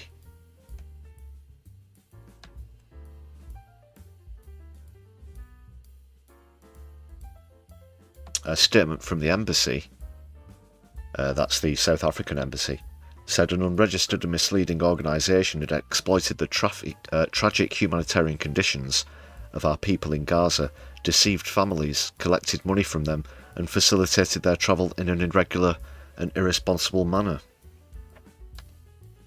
So they appear to have been trafficked, but by whom? That's the question. Have they asked any of the people who arrived?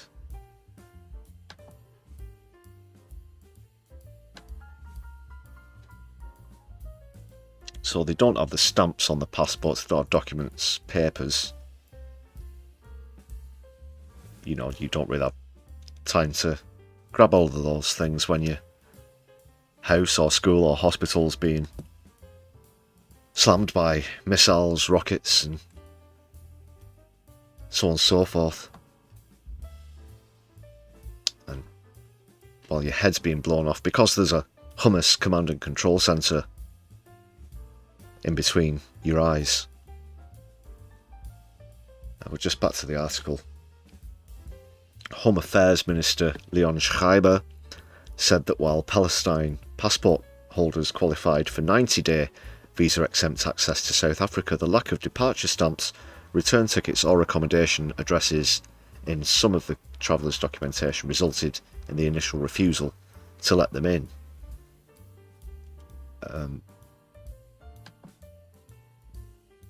Does look like slightly positive humanitarian gesture to take from this is eventually, and you couldn't see this happening in the UK at the moment, with all the rest of it that's going on. The South African government just went, oh, just go on, let them in then, because the charity went, come on, don't be tight, and then they were like, oh, okay then, fair enough. It'd be pretty hypocritical of them to turn them away with how outspoken they've been.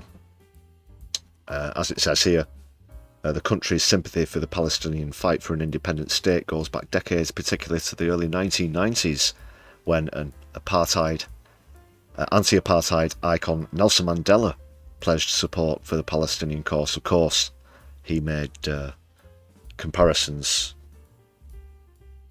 between what Israel, and again, this isn't post-October 7th, 2023, this was back in the early 90s, comparisons between Israel and the actions of Germany during the Second World, actually during apartheid, I should say,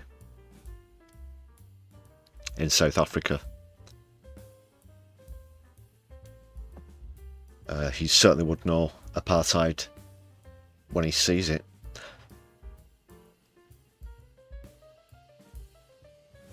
Did he see as well today. I saw a couple of videos on social media, another massive protest in Tel Aviv itself, with people, citizens, calling for an explanation about what happened on that now infamous date, October 7th. Some of them appear to be waking up to the fact that it's now strongly evident that this was some sort of false flag operation, and that Israel were perfectly happy to be attacked. Very strong allegations about how they may have even funded, facilitated the attack, issued stand-down orders, opened the door in order to try and legitimise their response. And we've seen what that's been like.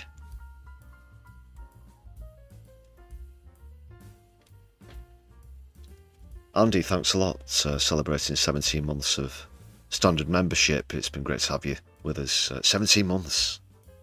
Awesome stuff. Yeah, do make sure that you are all on top chat. Live chat instead of top chat. That's live chat instead of top chat, people. That way you don't miss out on other messages.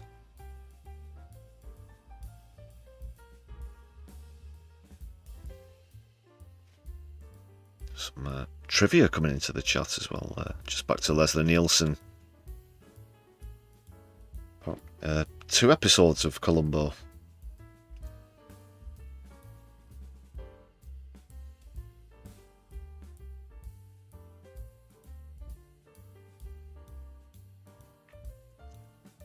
Great to see a lot of people commenting in the chat at the moment. Let's just have a look at the poll.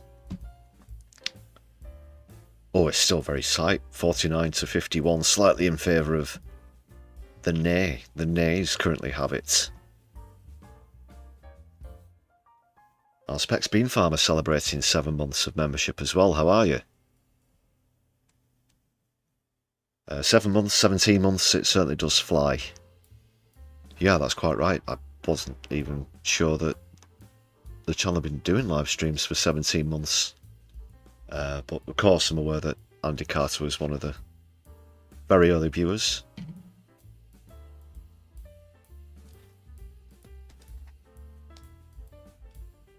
Did start off for many months as just a very small side project, this channel. Mostly doing shorts when we first began, and then branching into videos and live streams. But it's been great to have you with us for however long you've been with us. Awesome stuff.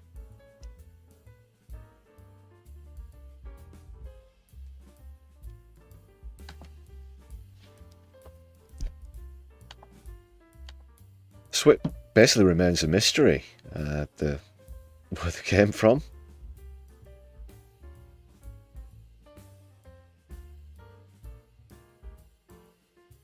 Oh, sorry, I got a bit distracted as well from what I was saying just about those domestic protests in Israel.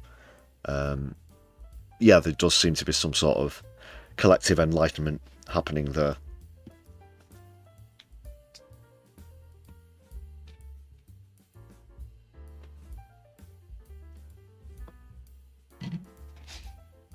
Hopefully Netanyahu's days are numbered. So please do, if you've got any theories or you have any further information about this mysterious plane load of passengers arriving in South Africa, get in touch. Just a brief episode of My Left Private Eye this time, but I'll keep you up to speed, people, if we get any more information on that case. We're going to rip the lid off of this one. It's time to rip the lid off of it!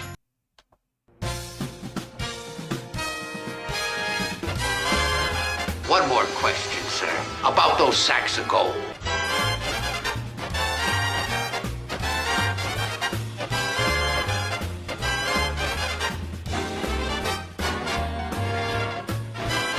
Oh wow, a police chase!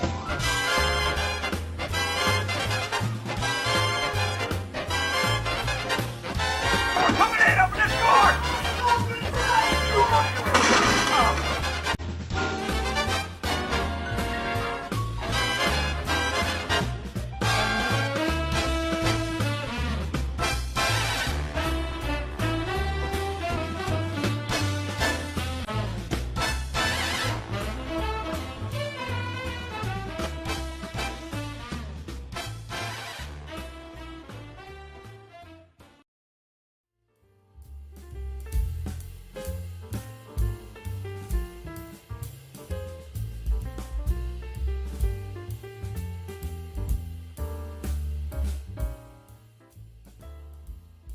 That's another mystery.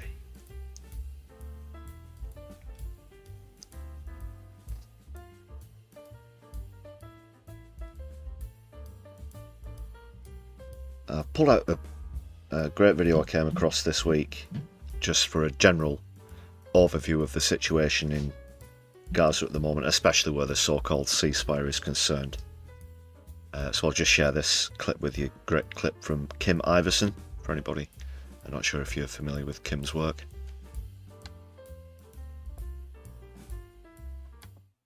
But this certainly speaks for itself. So Israel's so-called ceasefire is a joke. Even the BBC, on a very tightly controlled visit with the IDF, showed us what's left of Gaza, which is total and complete destruction. BBC sees total devastation after 2 years of war. From an embankment overlooking Gaza City, there's no hiding what this war has done. The Gaza of maps and memories is gone, replaced by a monochrome landscape of rubble stretching flat still for 180 degrees. They were offered no access to Palestinians, no other areas of Gaza, and the claim was that the military censorship laws meant that the military personnel were shown the material, so BBC had to hand over what they were going to actually air before they aired it. But nonetheless, you can't hide the destruction that Israel caused. I mean, look at that destruction. Look at how awful. There was not a single building in sight. That is what Israel has done to Gaza. Let's move on to them not giving aid. This is our partners report that since the ceasefire, the Israeli authorities have rejected 107 requests for the entry of relief materials, including blankets, winter clothes, and tools and materials to maintain and operate water, sanitation, and hygiene services, a spokesperson said during a news conference. And at this point, Israel is allowing in about 30% of the aid trucks, maybe even less than that, of what they're supposed to be allowing in, according to the ceasefire agreement. So they're not even adhering to the ceasefire agreement. So they're not allowing Gazans to rebuild. They're not even really allowing them to survive through the winter. I mean, here we are at the beginning of November and they're not letting them have blankets. And they call this a ceasefire agreement? Not to mention, the reports are that every day Israel is firing at civilians. At this point, they've killed over 240 civilians, Palestinian civilians, since the ceasefire agreement. The worst part about this is the media is not really covering it all. We're not seeing anything about this. We're all just meant to believe that everything's all hunky-dory in the Middle East and there's no violations going on and the war is ended, and that way everybody could just shut up about it. Don't worry. We need to continue being aggressive about keeping our eye on what Israel's doing. More importantly, what our taxpayer dollars are doing. The fact that we're supporting this, the fact that we are forced to pay for this.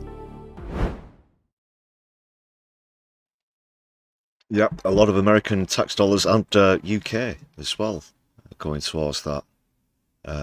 Anyone who calls this a ceasefire has got to be crazy. The mainstream media certainly aren't reporting it properly, as you heard from Kim Iverson there. And in the meantime, Donald Trump thinks he's basking in the glory of being the great peacemaker of the world with ceasefire deals that don't exist, peace that he hasn't created or instigated whatsoever. So a great summary there from Kim Iverson, especially concerning the aid as well as the now increasingly wintry conditions that Gazans are suffering in solidarity with Palestine. As always, but speaking of solidarity, there's quite a lot going on in the chat at the moment. First of all, thanks a lot, Davinia, for that gifted membership. I've just updated the total. Solidarity, let's give a shout out to Davinia. Robin's in the chat. Also, great to have you on the stream. Moshi, celebrating your birthday today. Hope you enjoy your birthday meal if you're still on. Happy birthday to you. Solidarity as well.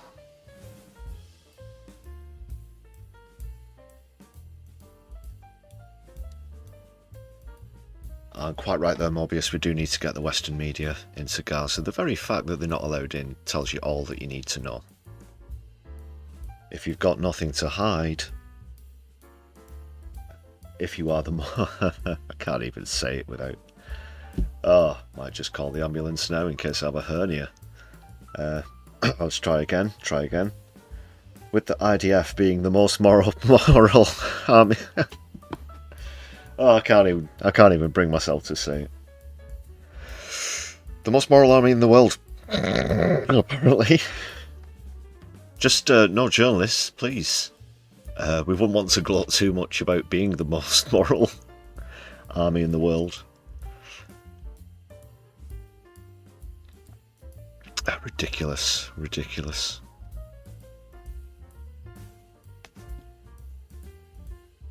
Any other birthdays? Well, Stu's got one coming up a week tomorrow. So a very preemptive happy birthday in case we don't see you a week tomorrow.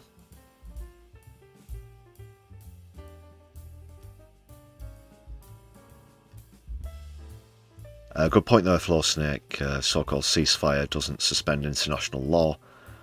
Israel's obligations under international law will still stand and are still being broken. Yeah, whatever's been signed in the White House or not, of course. Things like the Geneva Convention override that.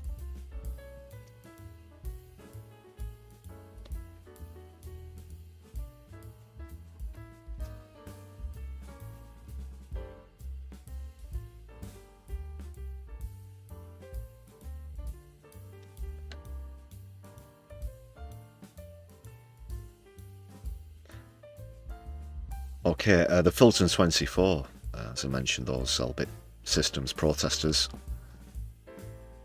were mentioned earlier in that Canary article.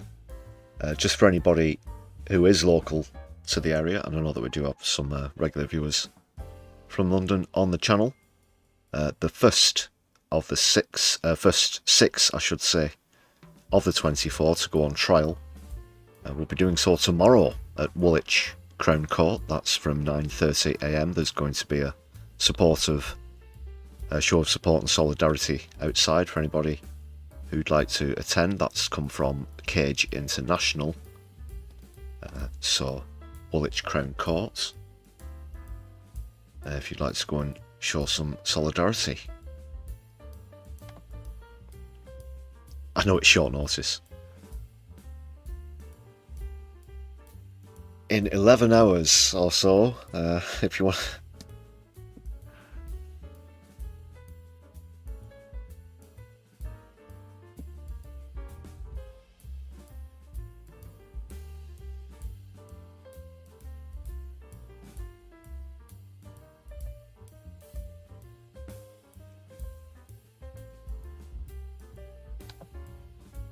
Shout out again as well, because they were very effective actions as well. I'm not even sure of the exact number of Elbit Systems factories that they managed to shut down.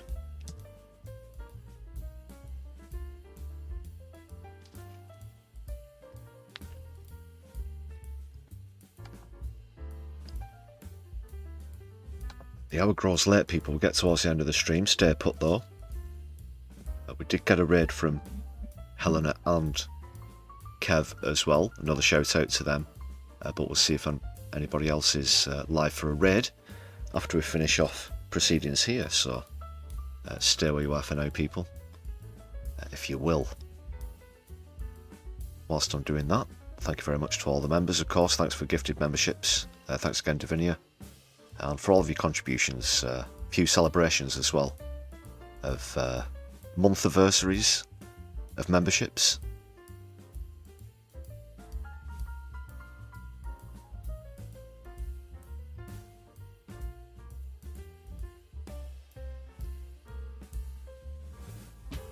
Thanks to everybody who's renewed as well, of course. Thanks again, people. Alright, let's see who's around.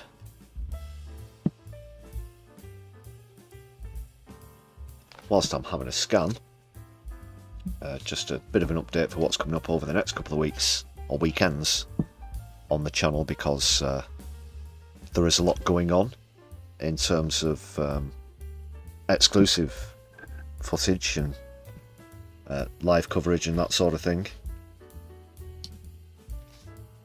First of all, could potentially be heading to one of the DOJ protests next weekend down in the aforementioned London. So I'll keep you posted on that one. And in 2 weeks' time, that's a fortnight away, there's of course another Defend Our Juries protest, this time here in Manchester, but also the Your Party conference Still waiting to hear about whether got the press pass sorted for that one, but I'll keep you posted.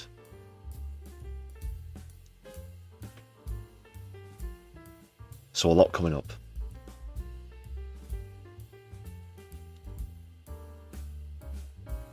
And obviously, with us being there at the Your Party conference on a Sunday in 2 weeks' time, I'll do my best to bring you some of the footage from the day, but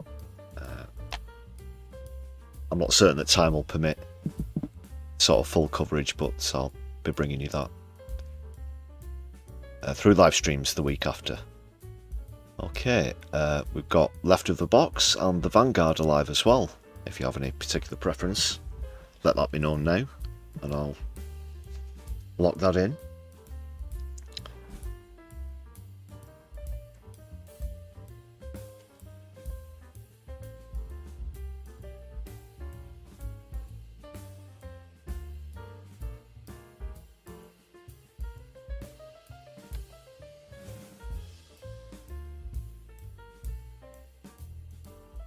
And we'll close the poll as well, just while we're at it. So we'll go, okay, Left of the Box, that's the first shout out. Get that locked in. I can't end the poll and do the raid at the same time. So I'll just get this one out of the way. And, oh, it's still close. It's close, people. If anyone wants to get the final votes in. About to end the poll. 3, 2, 1.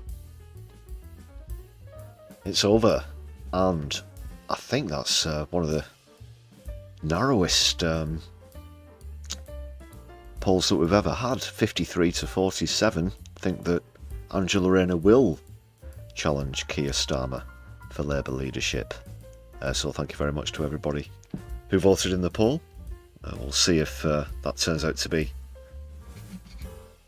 an accurate foreshadowing or prediction. I personally wouldn't rule it out. What would that mean, though? If she challenged and won,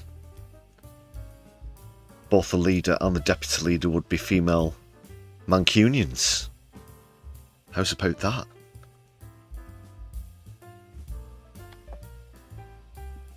Could that happen? Could that happen?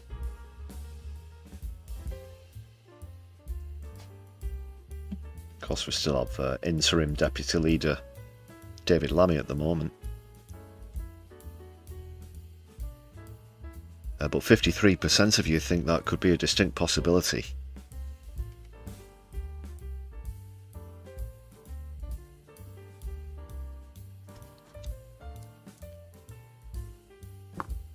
So with the raid set up, we'll just take one final quick dip into the Fondue Lounge as we prepare for the raid. I won't say our goodbyes because I'll see you over on the raid if you're watching live, but thanks to everybody watching back later on.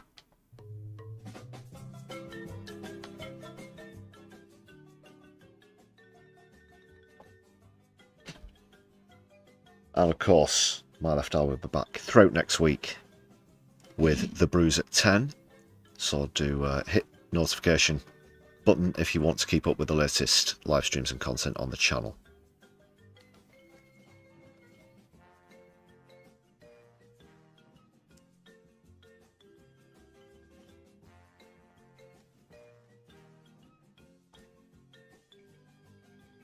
Thank you very much for that super chats. Possible to create something out of truly nothing. An interesting philosophical question there, Graham, to get into. Well, in terms of physics, that is. Later on in the stream, that is a topic I would love to indulge in. Perhaps another time. But of course, time and space are perhaps the same thing. It's all relative. We could get into other such conversations, but can you truly have nothing? Anyway, thanks again for that super chat, Graham.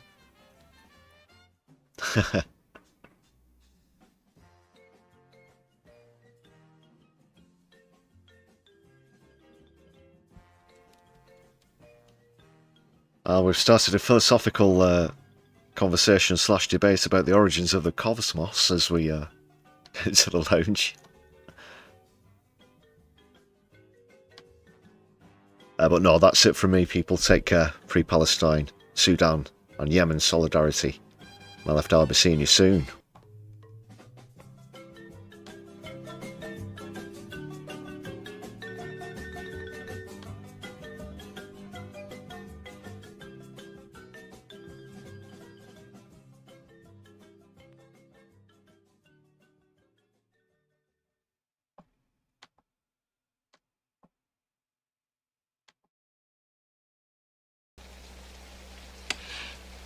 Socialists,